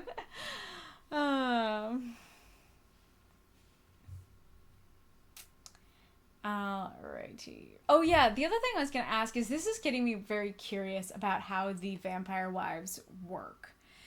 Because, like, I feel like there's a few options. That one option is that like it is a kind of brainwashing, and that once they become a vampire, that they lose who they were, that they kind of become Dracula's thralls, his servants, or even his slaves. And so their personality is gone, and now they're just kind of in love with him and stuff like that. Another option is that it's not Dracula's brainwashing, it's just that becoming a vampire, like, erases your personality as it was before and changes you, and or just, like, makes you endeared towards your master. And so, like, it's not so much that, like, they're brainwashed, it's just, you're a vampire and you're loyal to whoever turned you. I don't know if it's a situation of they are the same people that they were before, but it's just like, well, now you have to eat people, and you kind of have to do that to survive, so that is gonna kind of change how you act, kind of thing. That's gonna make you a little more cool with eating people, at least over time it will, kind of thing. So yeah, super curious about that, if they lose who they are, if they're forced to be in love with him, or if they are still who they are, what the whole situation is there. But so it's kind of the idea of, like, does the bitterness and the fear go away for only the sweetness and, like, only the love, or something else, but let us move on. August 19th, Mina Murray's journal, 19th of August. Joy, joy, joy, although not all joy. At last, news of Jonathan. The dear fellow has been ill. That is why he did not write. I'm not afraid to think or to say it, now that I know. Mr. Hawkins sent me on the letter, and wrote himself, oh so kindly. Okay. Well, I'll have to look. I am to leave in the morning, and go over to Jonathan, and to help to nurse him if necessary, and to bring him home. Mr. Hawkins says it would not be a bad thing if I were to be married out there. I've cried over the good sister's letter till I can feel it wet against my bosom where it lies. It is of Jonathan, and must be next to my heart, for he is in my heart. My journey is all mapped up, and my journey is all mapped out, and my luggage ready. I am only taking one change of dress. Lucy will bring my trunk to London, and keep it till I send for it may be that I must write no more. I must keep it to say to Jonathan, my husband. The letter that he has seen and touched must comfort me till we meet. Curious. So she is actually saying my husband makes me think she's actually accepting that offer to marry him out there. That's really curious. So I must have gotten to here, because I assume this is where the letter actually is in the actual book. But I did not feel like I remembered that previous entry. So curious. I don't know what Mr. Hawkins sent me on the letter means. If that means, like, he wrote himself, if he got his own letter, if, like, he sent a letter for her. I'm not really sure. Yeah, and then I don't know why I felt like she'd have a stronger reaction, because, like, it does make sense that she's like, I have not heard from him, I'm kind of freaking out, and then it's like, oh, good, he's just ill, he just has the brain fever, but it sounds pretty bad, I think, even if you think it's not real, so, curious.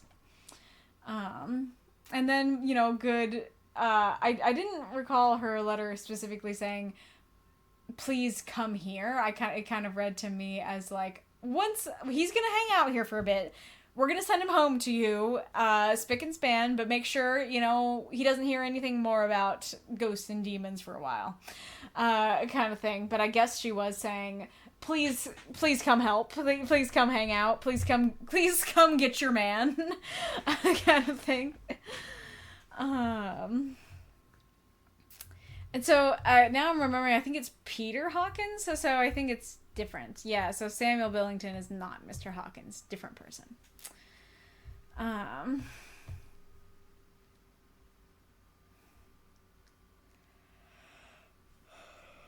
And then it's also curious that Mr. Hawkins even says that, because it's like, Homeboy, to everybody else, is acting a little cuckoo for Cocoa Puffs. And so it's interesting that instead of being like, maybe you should reconsider your marriage, that Mr. Hawkins is like, you should marry him out there. And then this is really cute. Very, very sweet. And then when she said my journey's all mapped out, I thought she was talking about, like, her marriage, her life, not, like, the literal journey is literally mapped out. Very fun. I'm worried about what's gonna happen to Lucy while she's gone, because it feels like prime nomin time for Dracula. Yeah, but let us go on. Oh, did not expect that name next. I was ready to hear about the journey to Jonathan, of course. right as I'm like, okay, ready to go. Oh, okay, different person. Dr. Seward's diary, 19th of August. Strange and sudden. I was about to do Mina's voice and trip myself up. Let's restart. Dr. Seward's diary, 19th of August. A strange and sudden change in Renfield last night. About 8 o'clock, he began to get excited and sniff about as a dog does when setting. The attendant was struck by his manner, and, knowing my interest in him, encouraged him to talk. He is usually respectful to the attendant, and at times servile, but tonight the man tells me he was quite haughty, would not condescend to talk to him at all. All he would say was, "I don't want to talk to you. You don't count now. The master is at hand." I don't remember what voice I gave Renfield. I think it was better before. I guess it was more like, more cuckoo for Cocoa Puffs. "I don't want to talk to you. You don't count now. The master is at hand."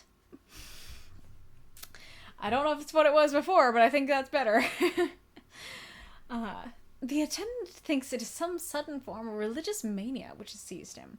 If so, he must look out for squalls, for a strong man with homicidal and religious mania at once might be dangerous.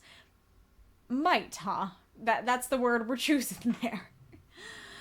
The combination is a dreadful one. Ah! Oh gosh.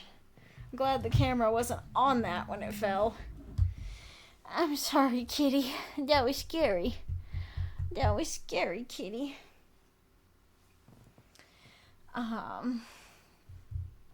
Okay. The combination is a dreadful one. At 9 o'clock, I visited him myself. His attitude to me was the same as that to the attendant.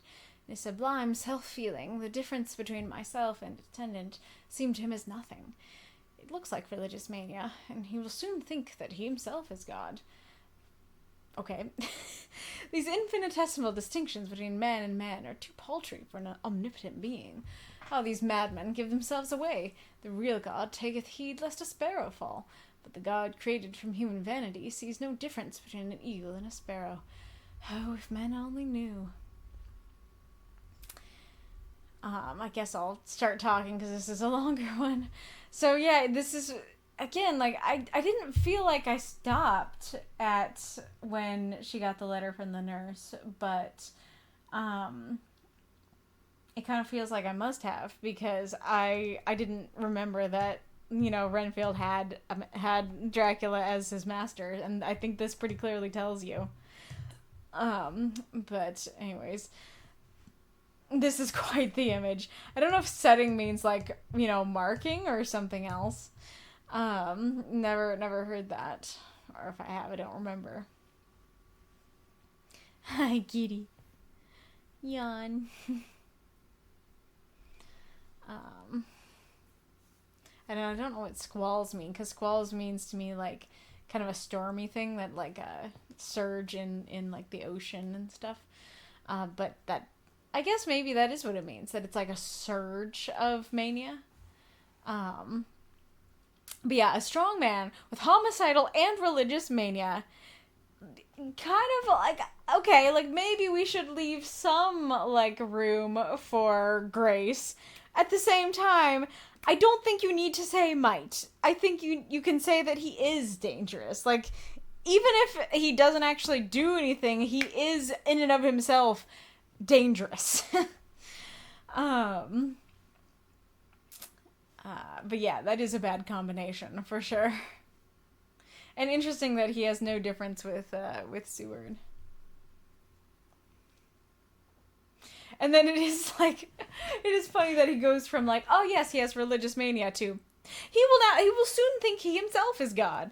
Because I feel like there's different kinds of religious mania, and there are some that would never get to that point because it's like, no, like, this is God, like, I am under him, like, he is important, I'm worshiping him, that would never go from, like, that's God, I worship him, to I'm God. Like, that feels like, that's definitely a possibility, like, that's not outside of the realm of possibility or understanding, but it also does feel weird that, like, like, he might be dangerous, he will soon see himself as God. It's like, I feel like those should be switched. That it should be, he is dangerous, or he will be dangerous, and he might just soon see himself as God. And then this is true and fair, and I like the way he describes it. And I do like, and like, as a Christian, it is fun to have a book where, like, that is written at a time where, like, that was the default. That is really interesting to see people believing that as the default.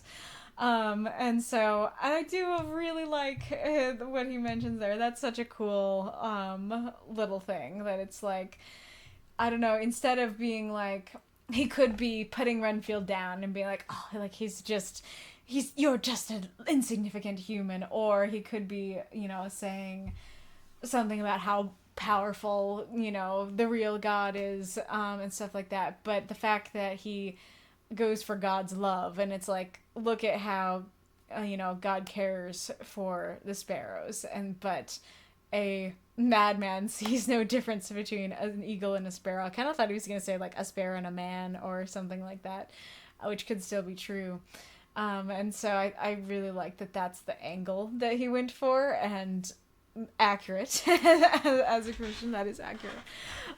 So I think that's super cool. That's super cool as, like, how to tell that you're not God. You don't care for the sparrows. That's kind of awesome.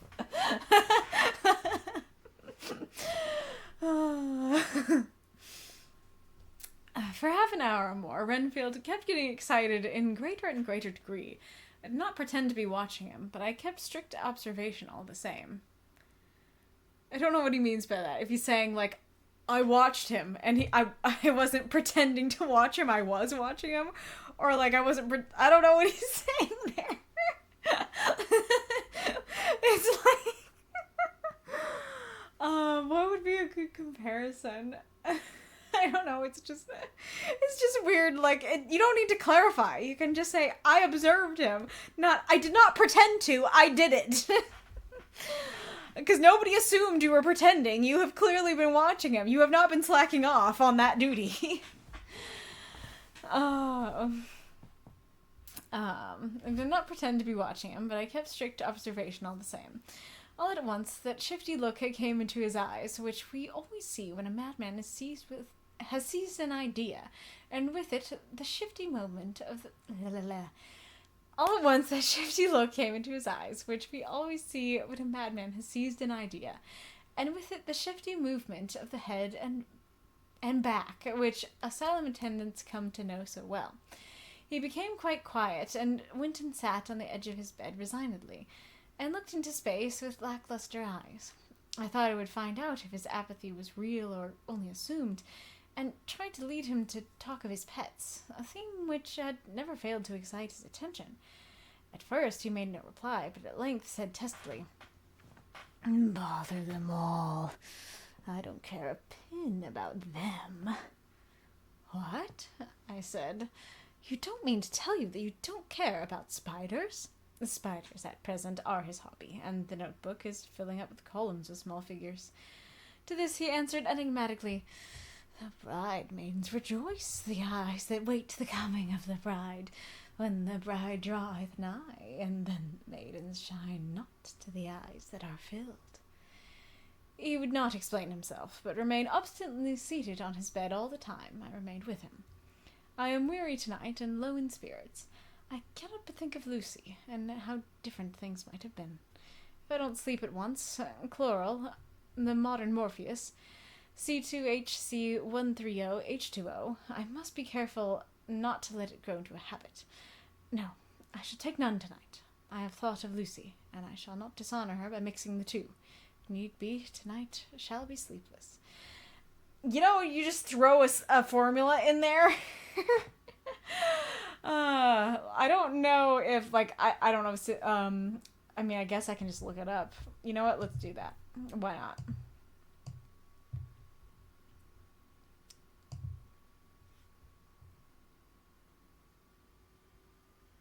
Oh, yeah, okay, so it did just say... Okay.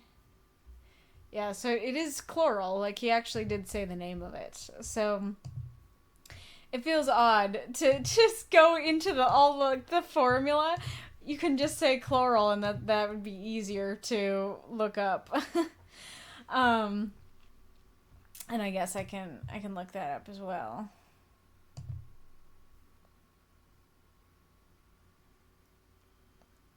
Yeah, it's not... A quick glance is not super helpful. But I believe him. Like, this is a good description. Like, and I like Morpheus as, like, the god of dreams. As a modern Morpheus. That is a neat description. Maybe more poetic than it should be, you know, if you're trying to get away from doing it. But I like it, and works well for someone who may be addicted or getting addicted. And that might be how they'd think of it, you know.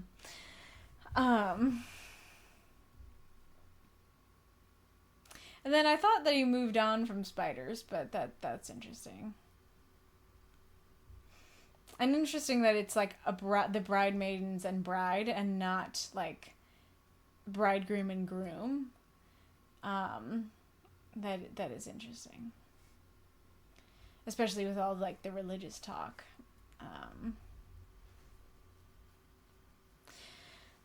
And then it's like, I can't help but think of Lucy and how different things might have been. It's like, would you have quit your job if you were with Lucy? Because I don't think so. I think you still would have been talking to Renfield. Like, you would have had a wife to come home to. But Renfield would still be there, and you'd still be here. Then it is interesting that it's like, I thought of Lucy, and I'm not gonna dishonor I'm not gonna dishonor her by mixing the two. Like, on the one hand, honorable. On the other hand, weird. On the other hand, like, I had a thought. I mustn't do this other thing because of the thought. You know, it's not, like, it would be, I don't know, a different thing if it's like, Lucy visited today, and so I'm not gonna, like, dishonor her by, like, you know, drinking my druggy drugs tonight. But like, it just having it be, I thought about her, so I'm not gonna do it. But at the same time, it's like, maybe it should be that small of a thing that stops you from doing your drugs. That's probably better. Alright. Later. Glad I made the resolution. Gladder that I kept to it. I had lain tossing about, and had heard the clock strike only twice, when the night watchman came to me, sent up from the ward to say that Renfield had escaped. I threw on my clothes and ran down at once. My patient is too dangerous a person to be roaming about. Again, why'd you leave the window open? Granted, I'm sure we're gonna find out how he got out, but, like, was it open enough for spiders and birds to get in? Surely it was open enough to get out. Didn't I say that the other time? Those ideas of his work out dangerously with strangers. Those ideas of his might work out dangerously with strangers. Again with the might. I think I cut it out because I was just thinking, yeah, this is gonna be bad. But anyways, the attendant is waiting for me. He said he had seen him not 10 minutes before, seemingly asleep in his bed, when he had looked through the observation trap in the door. His attention was called by the sound of the window being wrenched out. He ran back and saw his feet disappear through the window, and had at once sent up for me. He was only in his night gear, and cannot be far off. Why does everybody think this? Why does everybody go, oh yeah, you can't go far in your night clothes. Like, it's not like it impedes your movement. If you want to be out there, you're gonna go as far as you're gonna go, and your night clothes aren't gonna stop you. Just people out here acting like it's a barrier. Oh my goodness.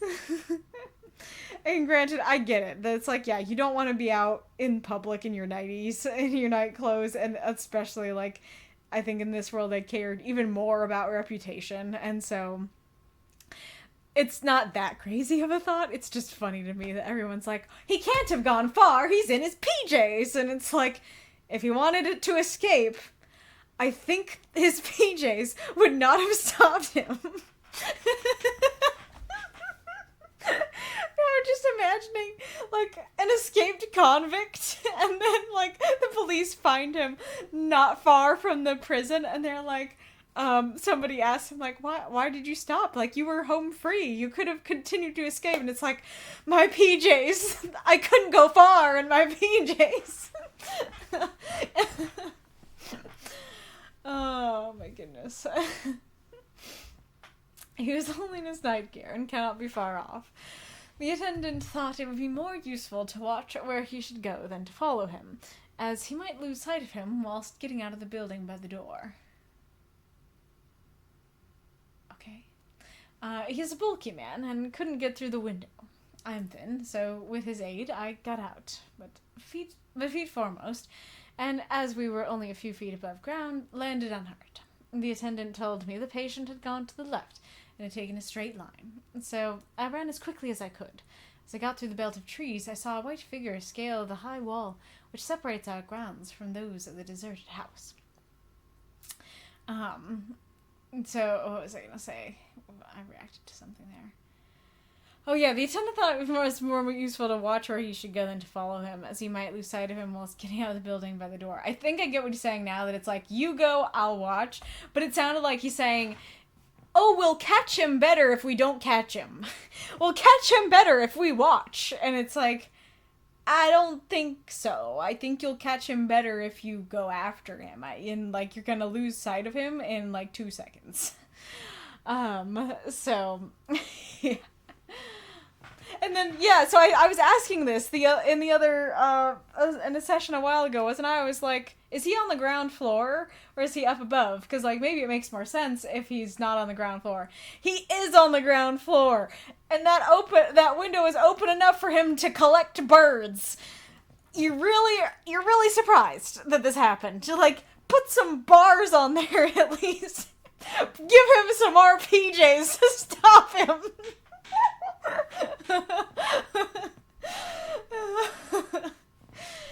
Oh. You know, who needs straitjackets when you've got PJs?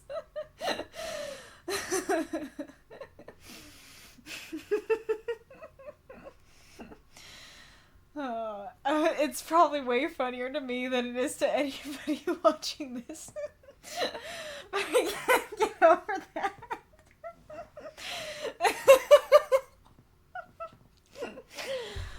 Oh my goodness.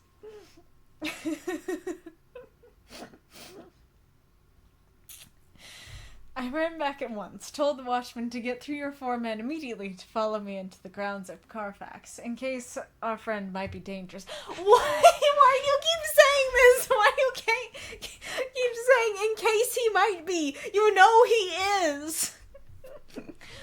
I got a ladder myself, and crossing the wall, dropped down on the other side. I could see Renfield's figure just disappearing behind the angle of the house, so I ran after him. On the far side of the house, I found him pressed close against the old iron-bound oak door of the chapel.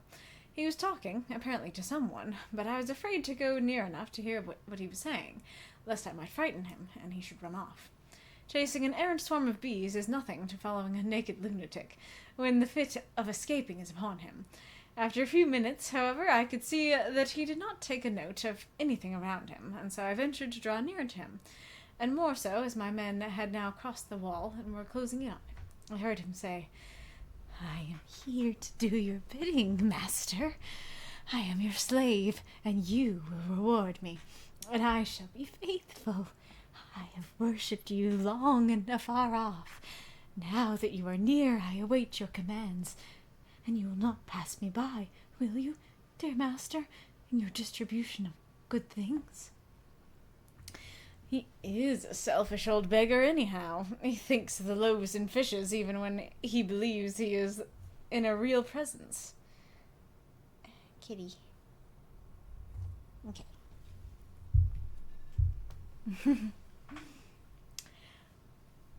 His manias make a startling combination. When we closed in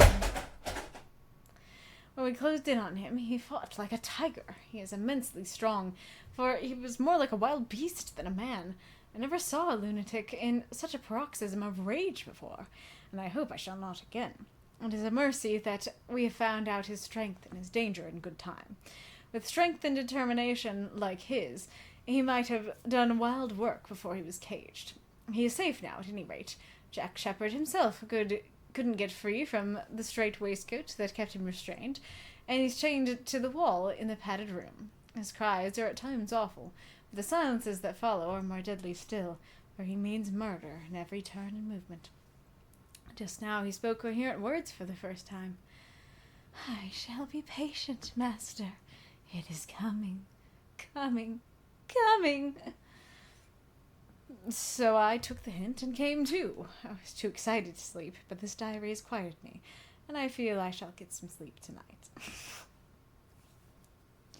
What are you talking about, Seward? It's like, oh yeah, the creepy lunatic in the creepy room in the straitjacket, he, muttered to himself, something's coming.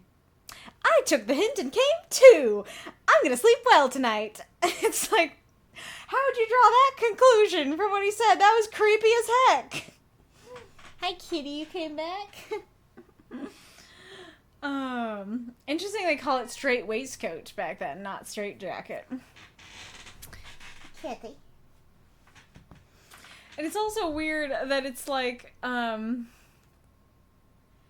is a mercy that we found out his strength and danger in good time. And granted, like, strength was not something they maybe knew before because of that rage. But they knew he was dangerous. Like, they knew he was dangerous, and he didn't actually do anything. All he did was talk to Dracula and say, hi, hey, master, like, you got anything for me? You know, you got any reward for my hard work? Which is not technically dangerous. So I guess maybe he's talking about, like, that he fought them off, and so that's them discovering the danger as well. But it's like, you just said that he was a homicidal maniac and a religious fury. You knew he was dangerous, so why are you saying, oh, it's great that we discovered his danger? He should have been in the padded room earlier. You had the clues. You had enough clues to put in there. Again, maybe because I know what's going on that I'm not giving them enough of the benefit of the doubt. But let's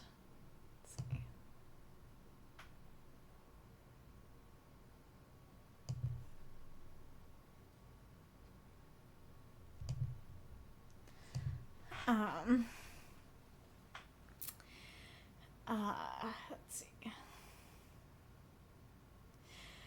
And then again, I do really like the Christian reference of of, like, you know, that if you were actually in the presence of God, it would be kind of weird to be like, hey, Jesus, can I have some loaves and fishes? You know, even though Jesus did do that, you know, it just would be weird to ask kind of thing.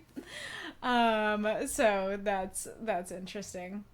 Oh yeah, I was saying, I don't know if I'm just not giving him the benefit of the doubt, but it's like, he shouldn't be allowed to have the birds. Why is the window open? Why is there an availability of escape? Like, you knew he was homicidal. Why? Yeah.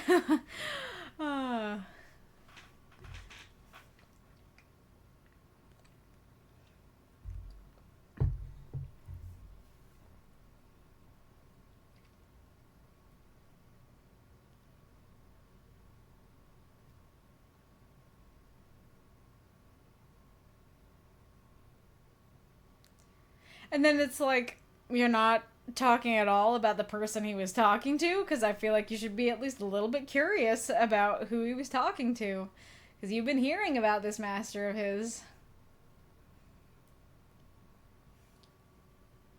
And then I love, chasing an errant swarm of bees is nothing to following a naked lunatic when the fit of escaping is upon him. Fantastic. Like, every part of the sentence gets wilder and more fun. Chasing an errant swarm of bees, already wild and fun, is nothing to following a naked lunatic, fun and hilarious, when the fit of escaping is upon him. Like, fantastic. It's so creepy. The capitalized U, the capitalized Y is like, that is well done in its creepiness, because like I only really see that used for God, and so that confirms the whole religious zeal sort of thing. Oh yeah, interesting. And he doesn't say like, please reward me. He says, you will reward me. That is quite presumptuous. He is right.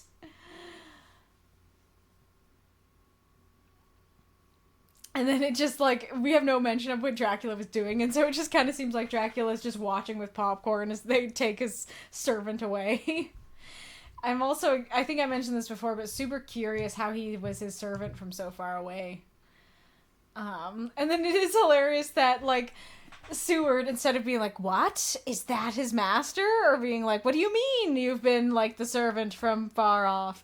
Instead he's like, oh, what a selfish old beggar, thinking about himself when he's in the presence of his master. It's like, I think the last couple of words were the more important part of that sentence. And granted, I guess maybe he thinks that Dracula's just a regular dude that Renfield was, like, raving to. But, he should, like, be asking questions and making observations at least. I love the fought like a tiger. That's great. And I am curious if he has some power because of Dracula. And I do wonder if Dracula is going to reward him or not. And I don't know who Jack Shepherd is, but I assume he's some sort of, like, magician, escape artist, like, a Houdini type character.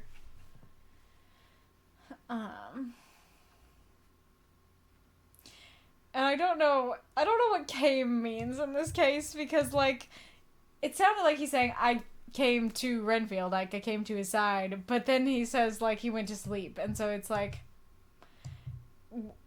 what'd you do there, buddy? I'm not sure I want to know, you know? I don't know was that slang, you know, did that exist at that time? I highly doubt that that's what he's talking about, but, that would be kind of hilarious if he's just saying, like, yeah, rubbed one out, went to bed, kind of thing. Alright, moving on. August 20th, Dr. Seward's diary. 20th of August. The case of Renfield grows even more interesting. He is now so far quieted that there are spells of cessation from his passion. For the first week after his attack, he was perpetually violent. Then one night, just as the moon rose, he grew quiet and kept murmuring to himself, now I can wait. Now I can wait. The attendant came to tell me, so I ran down at once to have a look at him. He was still in the straight waistcoat and in the padded room, but the suffused look had gone from his face, and his eyes had something of their old pleading, I might almost say cringing, softness. I was satisfied with his present condition, directed him to be relieved. The attendants hesitated, but finally carried out my wishes without protest. Yeah, valid reaction. And, better reaction than Seward being like, aw, he looks kind of sad. Let's let him out. Like, you're way too lenient, man. It was a strange thing that granted, people at this time or around, you know, this time were very not lenient, and that was much more of a problem. So I guess I would rather have the doctor be more lenient than less lenient, I guess. But it's still like, too fast, man. It was a strange thing that the patient had humor enough to see their distrust, for coming close to me, he said in a whisper, all the while looking furtively at them, "They think I could hurt you. Fancy me hurting you, the fools."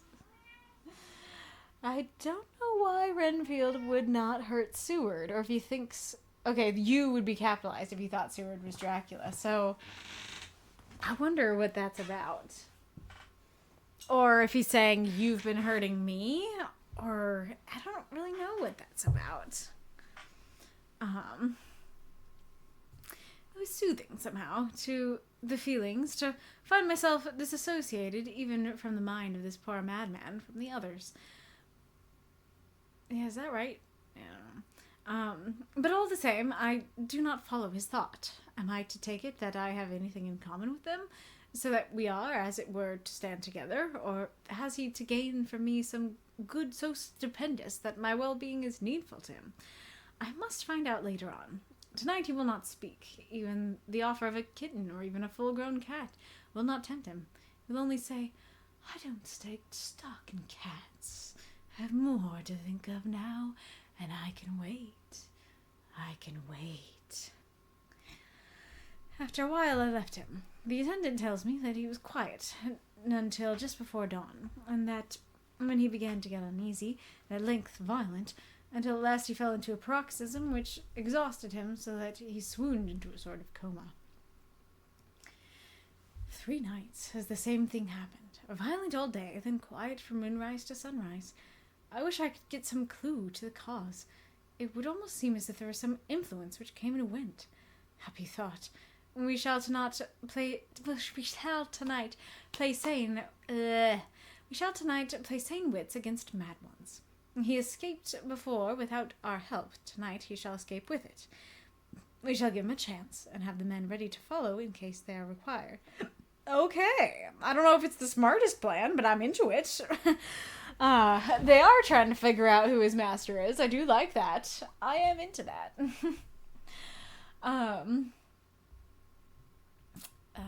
Let's see here.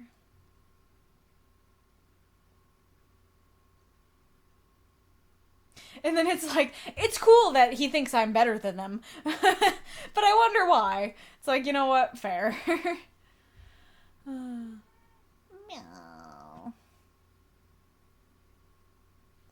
Yeah, cutie. He never actually got the cats, right? I am rather glad that we got through this before the cats were harmed. And no cats were harmed in the making of this Renfield. So, very curious that, like, I don't know if, like, when I think of a padded cell, I think that there isn't any windows, because my first guess would be there's a window and there's sun coming in through it, and it's interesting because this makes it seem like he might be turning into a vampire. But has he had the chance? Like, has he had the chance to get Dracula's blood? Or, I guess I don't know if drinking Dracula's blood does that, because Lucy's just getting bitten, and I know she starts turning into one. But I don't know that Renfield is getting bitten. Granted, the window's open, so yeah, totally Dracula can just slink right in, you know, but I assume Seward would have mentioned if there were bite marks. But yeah, so it's like, it seems like he might be turning into a vampire, but I don't know if him just being like the servant of Dracula would give him some vampire-ness. But it's like, especially because Seward says there's an influence that came and went, it's sounding like when he's not violent is when the influence is... Oh, wait. Hold on. Well, I would assume that it would mean, like, when he's violent, there's an influence on him. But it's the opposite. That when he's not violent, like, that's when Dracula's awake, so that would be when his influence is on him, right? And then the only other influence I could think of during the day would be the sun, but I don't think that there's a window there. So, very curious as to why that is happening. Yeah, and why, even if he is, like, turning into a vampire, why he's not more violent at night, you know?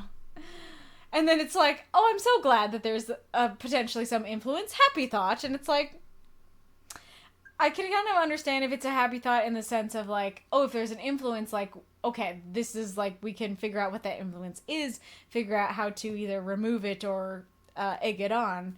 But it's like, again, happy thought just feels like too strong of a judgment, too strong of a good judgment when it's like, it could be like, that influence could be bad, so that's not exactly a happy thought, you know.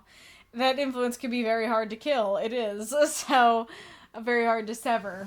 So, happy thought is not the only option for this. Alright, how much is left? Oh boy. There is more left than I would like there to be, but it took so long to get here that it really does feel like I should just finish, even though we are at my bedtime. Alright. August 21st. Letter. Messrs. Carter, Paterson & Co. London to Messrs. Billington and Son, Whitby. 21st of August. Dear Sirs, we beg to acknowledge £10 received and to return check 117 shillings, 9... don't know what. Amount of overplus, as shown in receipted account herewith. Goods are delivered in exact accordance with instructions, and keys left in parcel in main hall as directed. We are, dear sirs, yours respectfully, Pro. Carter, Paterson & Co. Okay, so I don't know enough about the currency to know what that means, but it sounds like £10 was too much, and that he did, like, he was honorable and did give the money back. And so that's interesting. But also, was this really necessary to include? I didn't really need to know that the money was given back, other than to just think better of these people. I guess it's just showing the goods did arrive, but if you just left it at the other letter, I would assume that.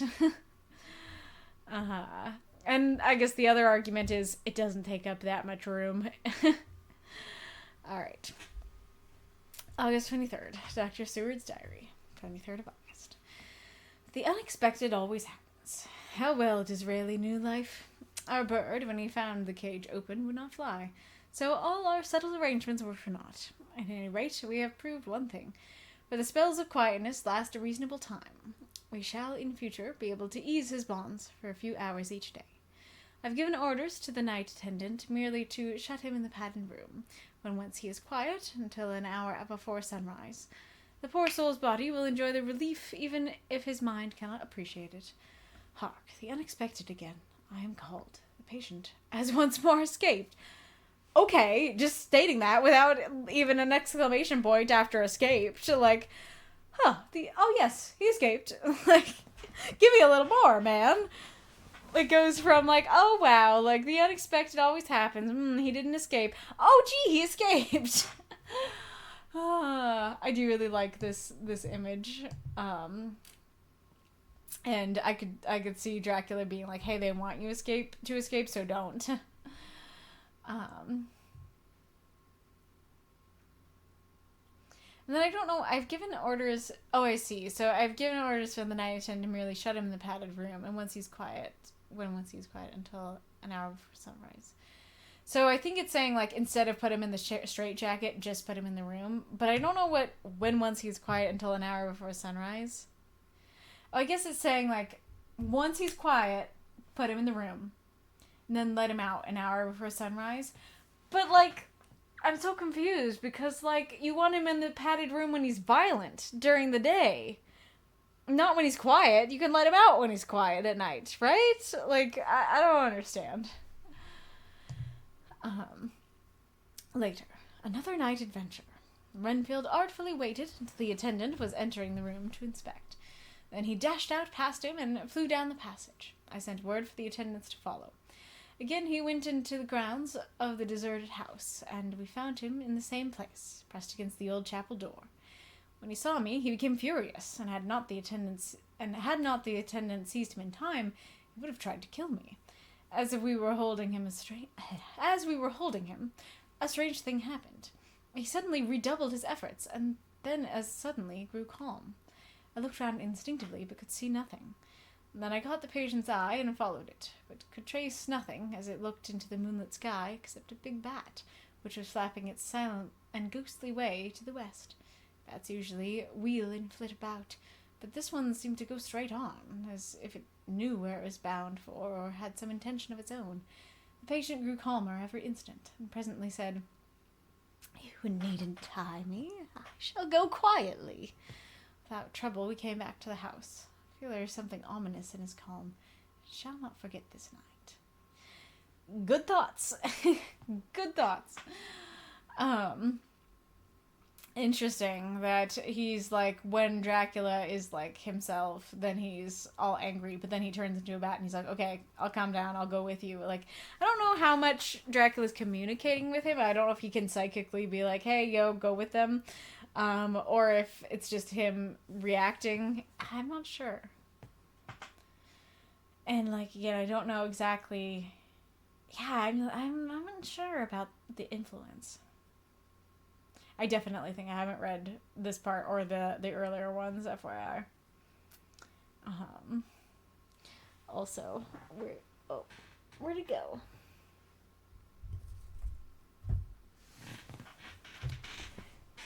Oh, there it is.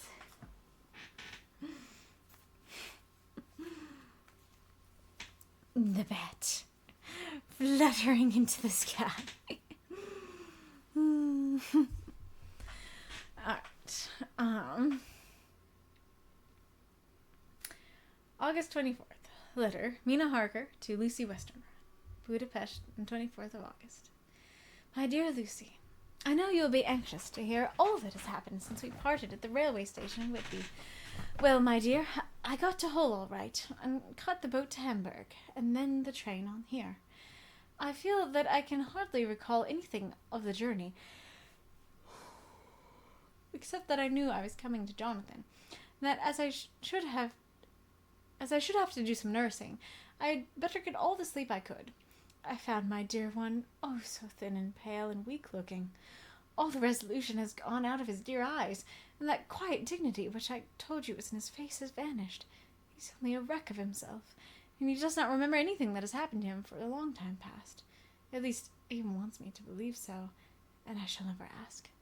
He has some terrible shock, and I fear it might tax his poor brain if he were to try to recall it. Sister Agatha, who is a good creature and a born nurse, tells me that he raved of dreadful things whilst he was off his head. He wanted her to tell me what they were, but she would only cross herself and say she would never tell, and that the ravings of the sick were the secrets of God, and that if a nurse, through her vocation, should hear them, she should respect her trust.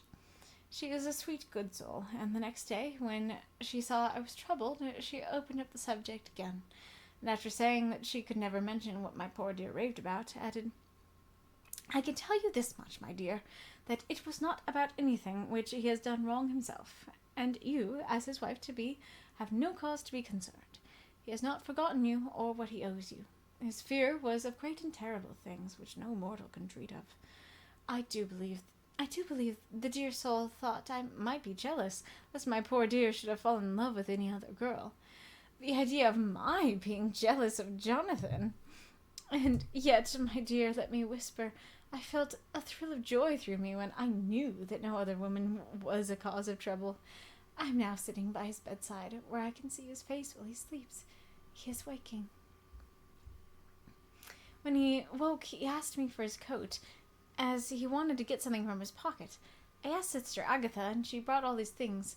I saw that amongst them was his notebook, and was going to ask him to let me look at it, for I knew that I might find some clue to his trouble. But I suppose he must have seen my wish in my eyes. Whoa. Okay, let's go back. I saw that amongst them was his notebook, and was going to ask him to let me look at it, for I knew then that I might find some clue to his trouble. But I suppose he must have seen my wish in my eyes, for he sent me over to the window, saying he wanted to be quite alone for a moment. Then he called me back, and when I came, he said he had his hand over the notebook, and he said to me very solemnly, Wilhelmina. I knew then he was in deadly earnest, for he never called me by that name since he asked me to marry him. You know, dear, ideas of the trust between husband and wife. There should be no secret, no concealment. I have had a great shock, and when I try to think of what it is, I feel my head spin round. And I do not know if it was all real or the dreaming of a madman. You know I had brain fever, and that is to be mad. The secret is here, and I do not want to know it. I want to take up my life here with our marriage. For, my dear, we had decided to be married as soon as the formalities are complete. Are you willing, Wilhelmina, to share my ignorance? Here is the book. Take it and keep it. Read it if you will, but never let me know. Unless, indeed, some solemn duty should come upon me to go back to the bitter hours, asleep or awake, sane or mad, recorded here.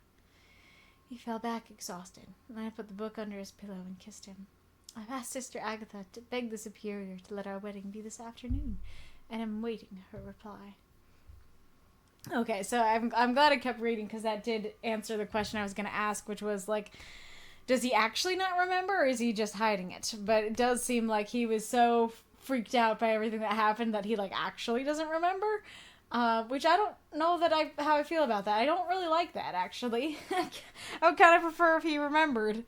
But like I said, I think they go back together, so I'm assuming that he's going to get reminded, at some point, but, yeah. And then cute that she is like, oh, I know it could never be another woman. Though, I don't know how you feel about, vampire ladies.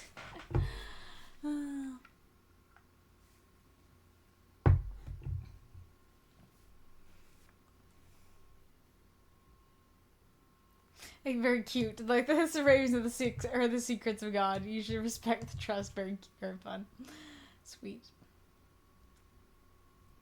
And then also nice that it's like, he didn't do anything wrong. You don't have anything to worry about there.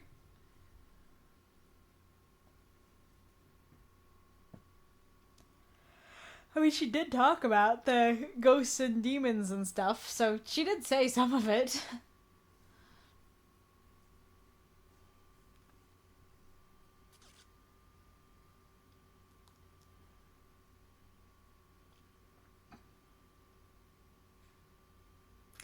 And that's nice that he is not trying to hide anything from her. That's good.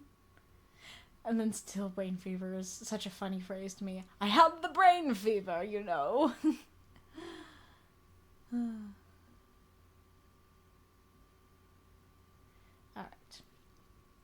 She has come and told me that the chaplain of the English Mission Church has been sent for. We are to be married in an hour, or as soon as Jonathan awakes. Lucy, the time has come and gone. I feel very solemn, but very, very happy. Jonathan woke a little after an hour, and all was ready, and he sat up in bed, propped up with pillows. He answered his I will...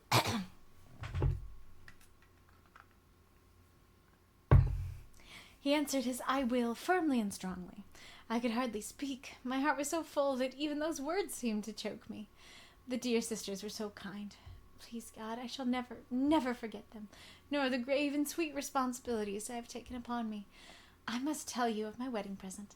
When the chaplain and the sisters had left me alone with my husband, oh, Lucy, it is the first time I have written the words my husband. Left me alone with my husband. I took the book from under his pillow and wrapped it up in white paper and tied it with a little bit of pale blue ribbon which was round my neck, and sealed it over the knot with sealing wax. And for my seal I used my wedding ring. And I kissed it and showed it to my husband. I told him that I would keep it so, and then it would be an outward and visible sign for all our lives that we trusted each other, that I would never open it unless it were for our own dear sake or for the sake of some stern duty. Then he took my hand in his, and, oh, Lucy, it was the first time he took his wife's hand, and said that it was the dearest thing in all the wide world, and that he would go through all the past again to win it if need be. The poor dear meant to have said a part of the past, but he cannot think of time yet, and I shall not wonder if at first he mixes up not only the month, but the year. Well, my dear, what could I say? I could only tell him that I was the happiest woman in all the wide world, and that I had nothing to give him except myself, my life, and my trust, and that with these went my love and duty for all the days of my life. And, my dear, when he kissed me, he drew me to him with his poor weak hands. It was like a very solemn pledge between us. Lucy, dear, do you know why I tell you all this? It is not only because it is all sweet to me, but because you have been and are very dear to me. It was my privilege to be your friend and guide when you came from the schoolroom to prepare for the world of life. I want to see you now, and with the eyes of a very happy wife, whither duties led me, so that in your own married life you too may be all happy as I am. My dear, please, Almighty God, your life may be all it promises, a long day of sunshine, with no harsh wind, no forgetting duty, no distrust. I must not wish you no pain, for that can never be, but I do hope you will be always as happy as I am now. Goodbye, my dear.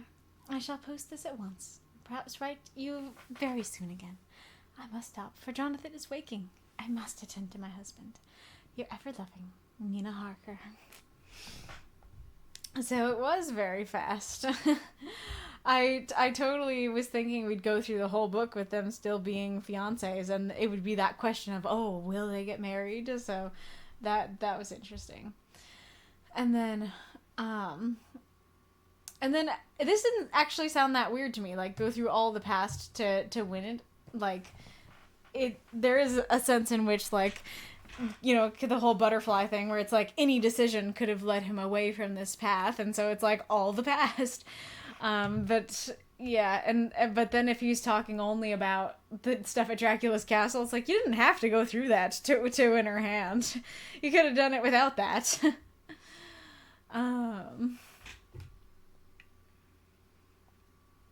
It's kind of hilarious that my voice gave out on the I will firmly and strongly.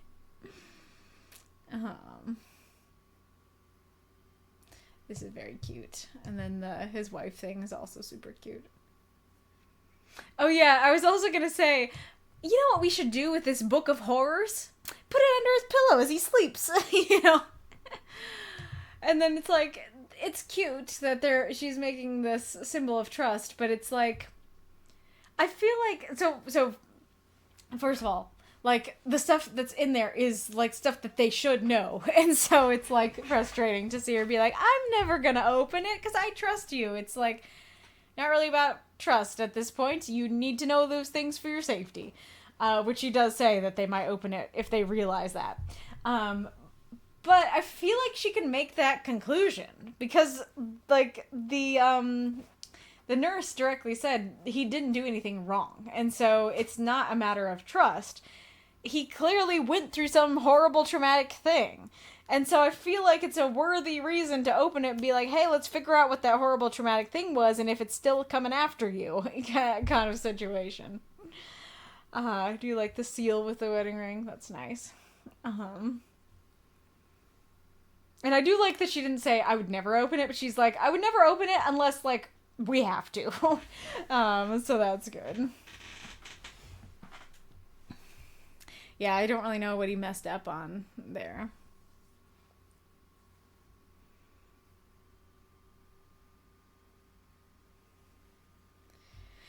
And then it's kind of odd that she's kind of acting like their friendship is ending, but I don't think that's the case.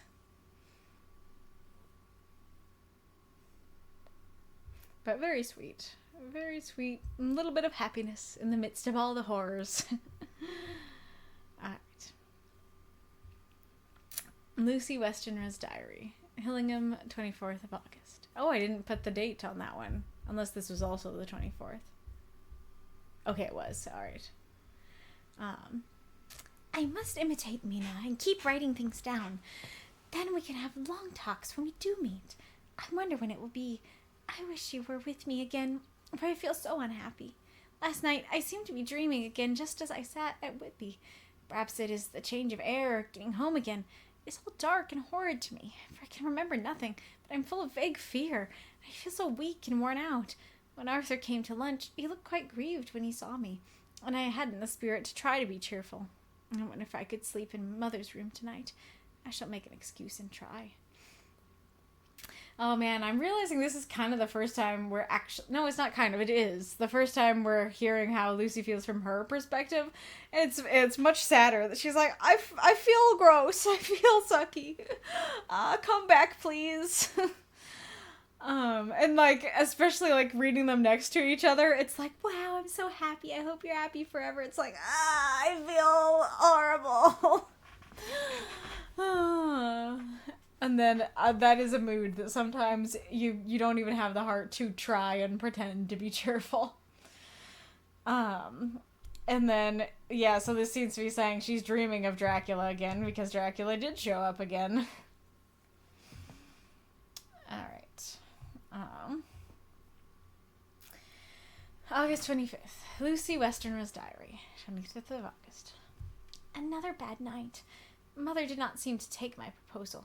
She seems not too well herself, and doubtless she fears to worry me. I tried to keep awake and succeeded for a while.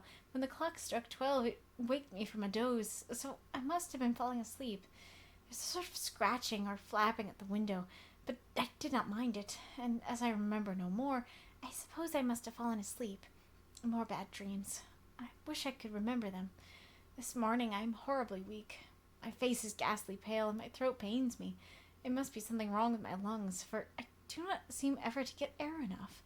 I shall try to cheer up when Arthur comes, or else I know he will be miserable to see me so. I mean, he did see you yesterday and was already, like, noticed, I assume, so I don't think you have to hide it. As Jonathan said, there shouldn't be secrets. But yeah, her mom really should have taken her proposal. I feel like it's a very valid request to be like, hey, I've been sleepwalking, I don't feel good, can I sleep in your room tonight, Ma? I get that her mom's sick. I don't know what sickness she has, and so depending on what she has, there are more valid reasons why she might not want her in the same room. But if it's just, oh, I don't want her to know that I'm sick, let her stay, because she needs you, you know? And as morbid as it is, you're dying, like, spend more time with your daughter. The scratching at the window is spooky. The flapping, I assume, is the bat wings, but the scratching, creepy. And then again with the lungs thing, very interesting. Would not expect it, because I would expect her to get like really hungry, and so it's curious that it's the breath that is the most affected, or at least the first affected. Well, thirsty. All right, August 30th. The letter, Lucy Westenra to Mina Harker. Whitby, 30th of August. My dearest Mina, oceans of love and millions of kisses, and may you soon be in your own home with your husband. I wish you could be coming home soon enough to stay with us here. The strong air would soon restore Jonathan. It has quite restored me. I have an appetite like a cormorant. I'm full of life and sleep well. You will be glad to know that I have quite given up walking in my sleep. I think I have not stirred out of my bed for a week. That is, when I once got into it at night. Arthur says I am getting fat. By the way, I forgot to tell you that Arthur is here. We have such walks and drives and rides and rowing and tennis and fishing together. I love him more than ever. He tells me that he loves me more, but I doubt that. For at first he told me that he couldn't love me more than he did then. But this is nonsense. There he is calling to me. So no more just at present from your loving Lucy. P.S. Mother sends her love, and she seems better, poor dear. P.P.S. We are to be married on the 28th of September. Ah, interesting. So she is happy for her. That's nice. And then it's the thing back then of the air will heal you, and it's like, yeah, and when you're living in an asbestos-filled houses, then sure. Or I don't remember what exactly the meme was. And then, okay, so right after I said, I think she'd be super hungry. She is super hungry. And then, like, Arthur says I'm getting fat. Like, makes me wonder if she is sleepwalking and drinking people at night. If she's vampire enough to start drinking people and she's, like, getting bloated with the blood and is feeling better. Or if that's not quite yet. That's not quite what's happening. Or if it's just, like, it starts with, like, human food that you're super hungry for, and then it will transition to blood. Yeah, I'm not sure, but very curious. And then super cute, all the things that they mention. She mentions.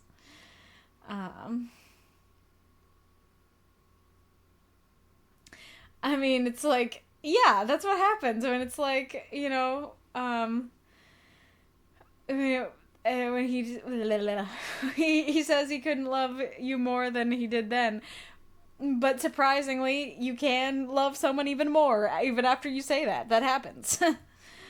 All right. Is this the last one? It is. Okay. So this is Arthur. Nice, fun one to end on. Totally different perspective for the ending. August 31st. Letter, Arthur Holmwood to Dr. Seward. Albemarle Hotel, 31st of August. Oh, what voice did I give him? My dear Jack, I want you to do me a favor. Lucy is ill. That is, she has no special disease, but she looks awful and is getting worse every day. I've asked her if there's any cause. I do not dare to ask her mother, for to disturb the poor lady's mind about her daughter is in her present state of health would be fatal.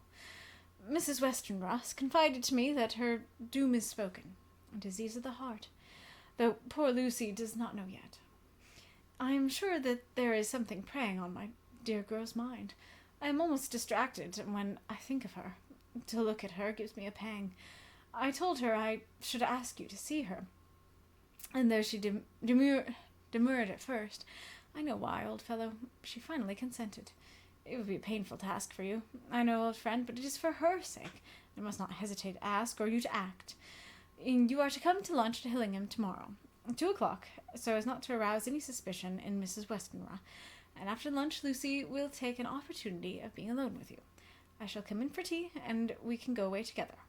I'm filled with anxiety. I want to consult with you alone as soon as I can after you see her. Do not fail.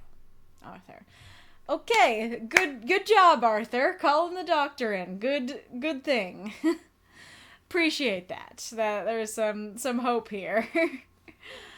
And then again with Mrs. Westerner telling everybody but Lucy the issue. It's like, I get that you're worried and self-conscious and you don't want her to worry, but it would be much better if you told her.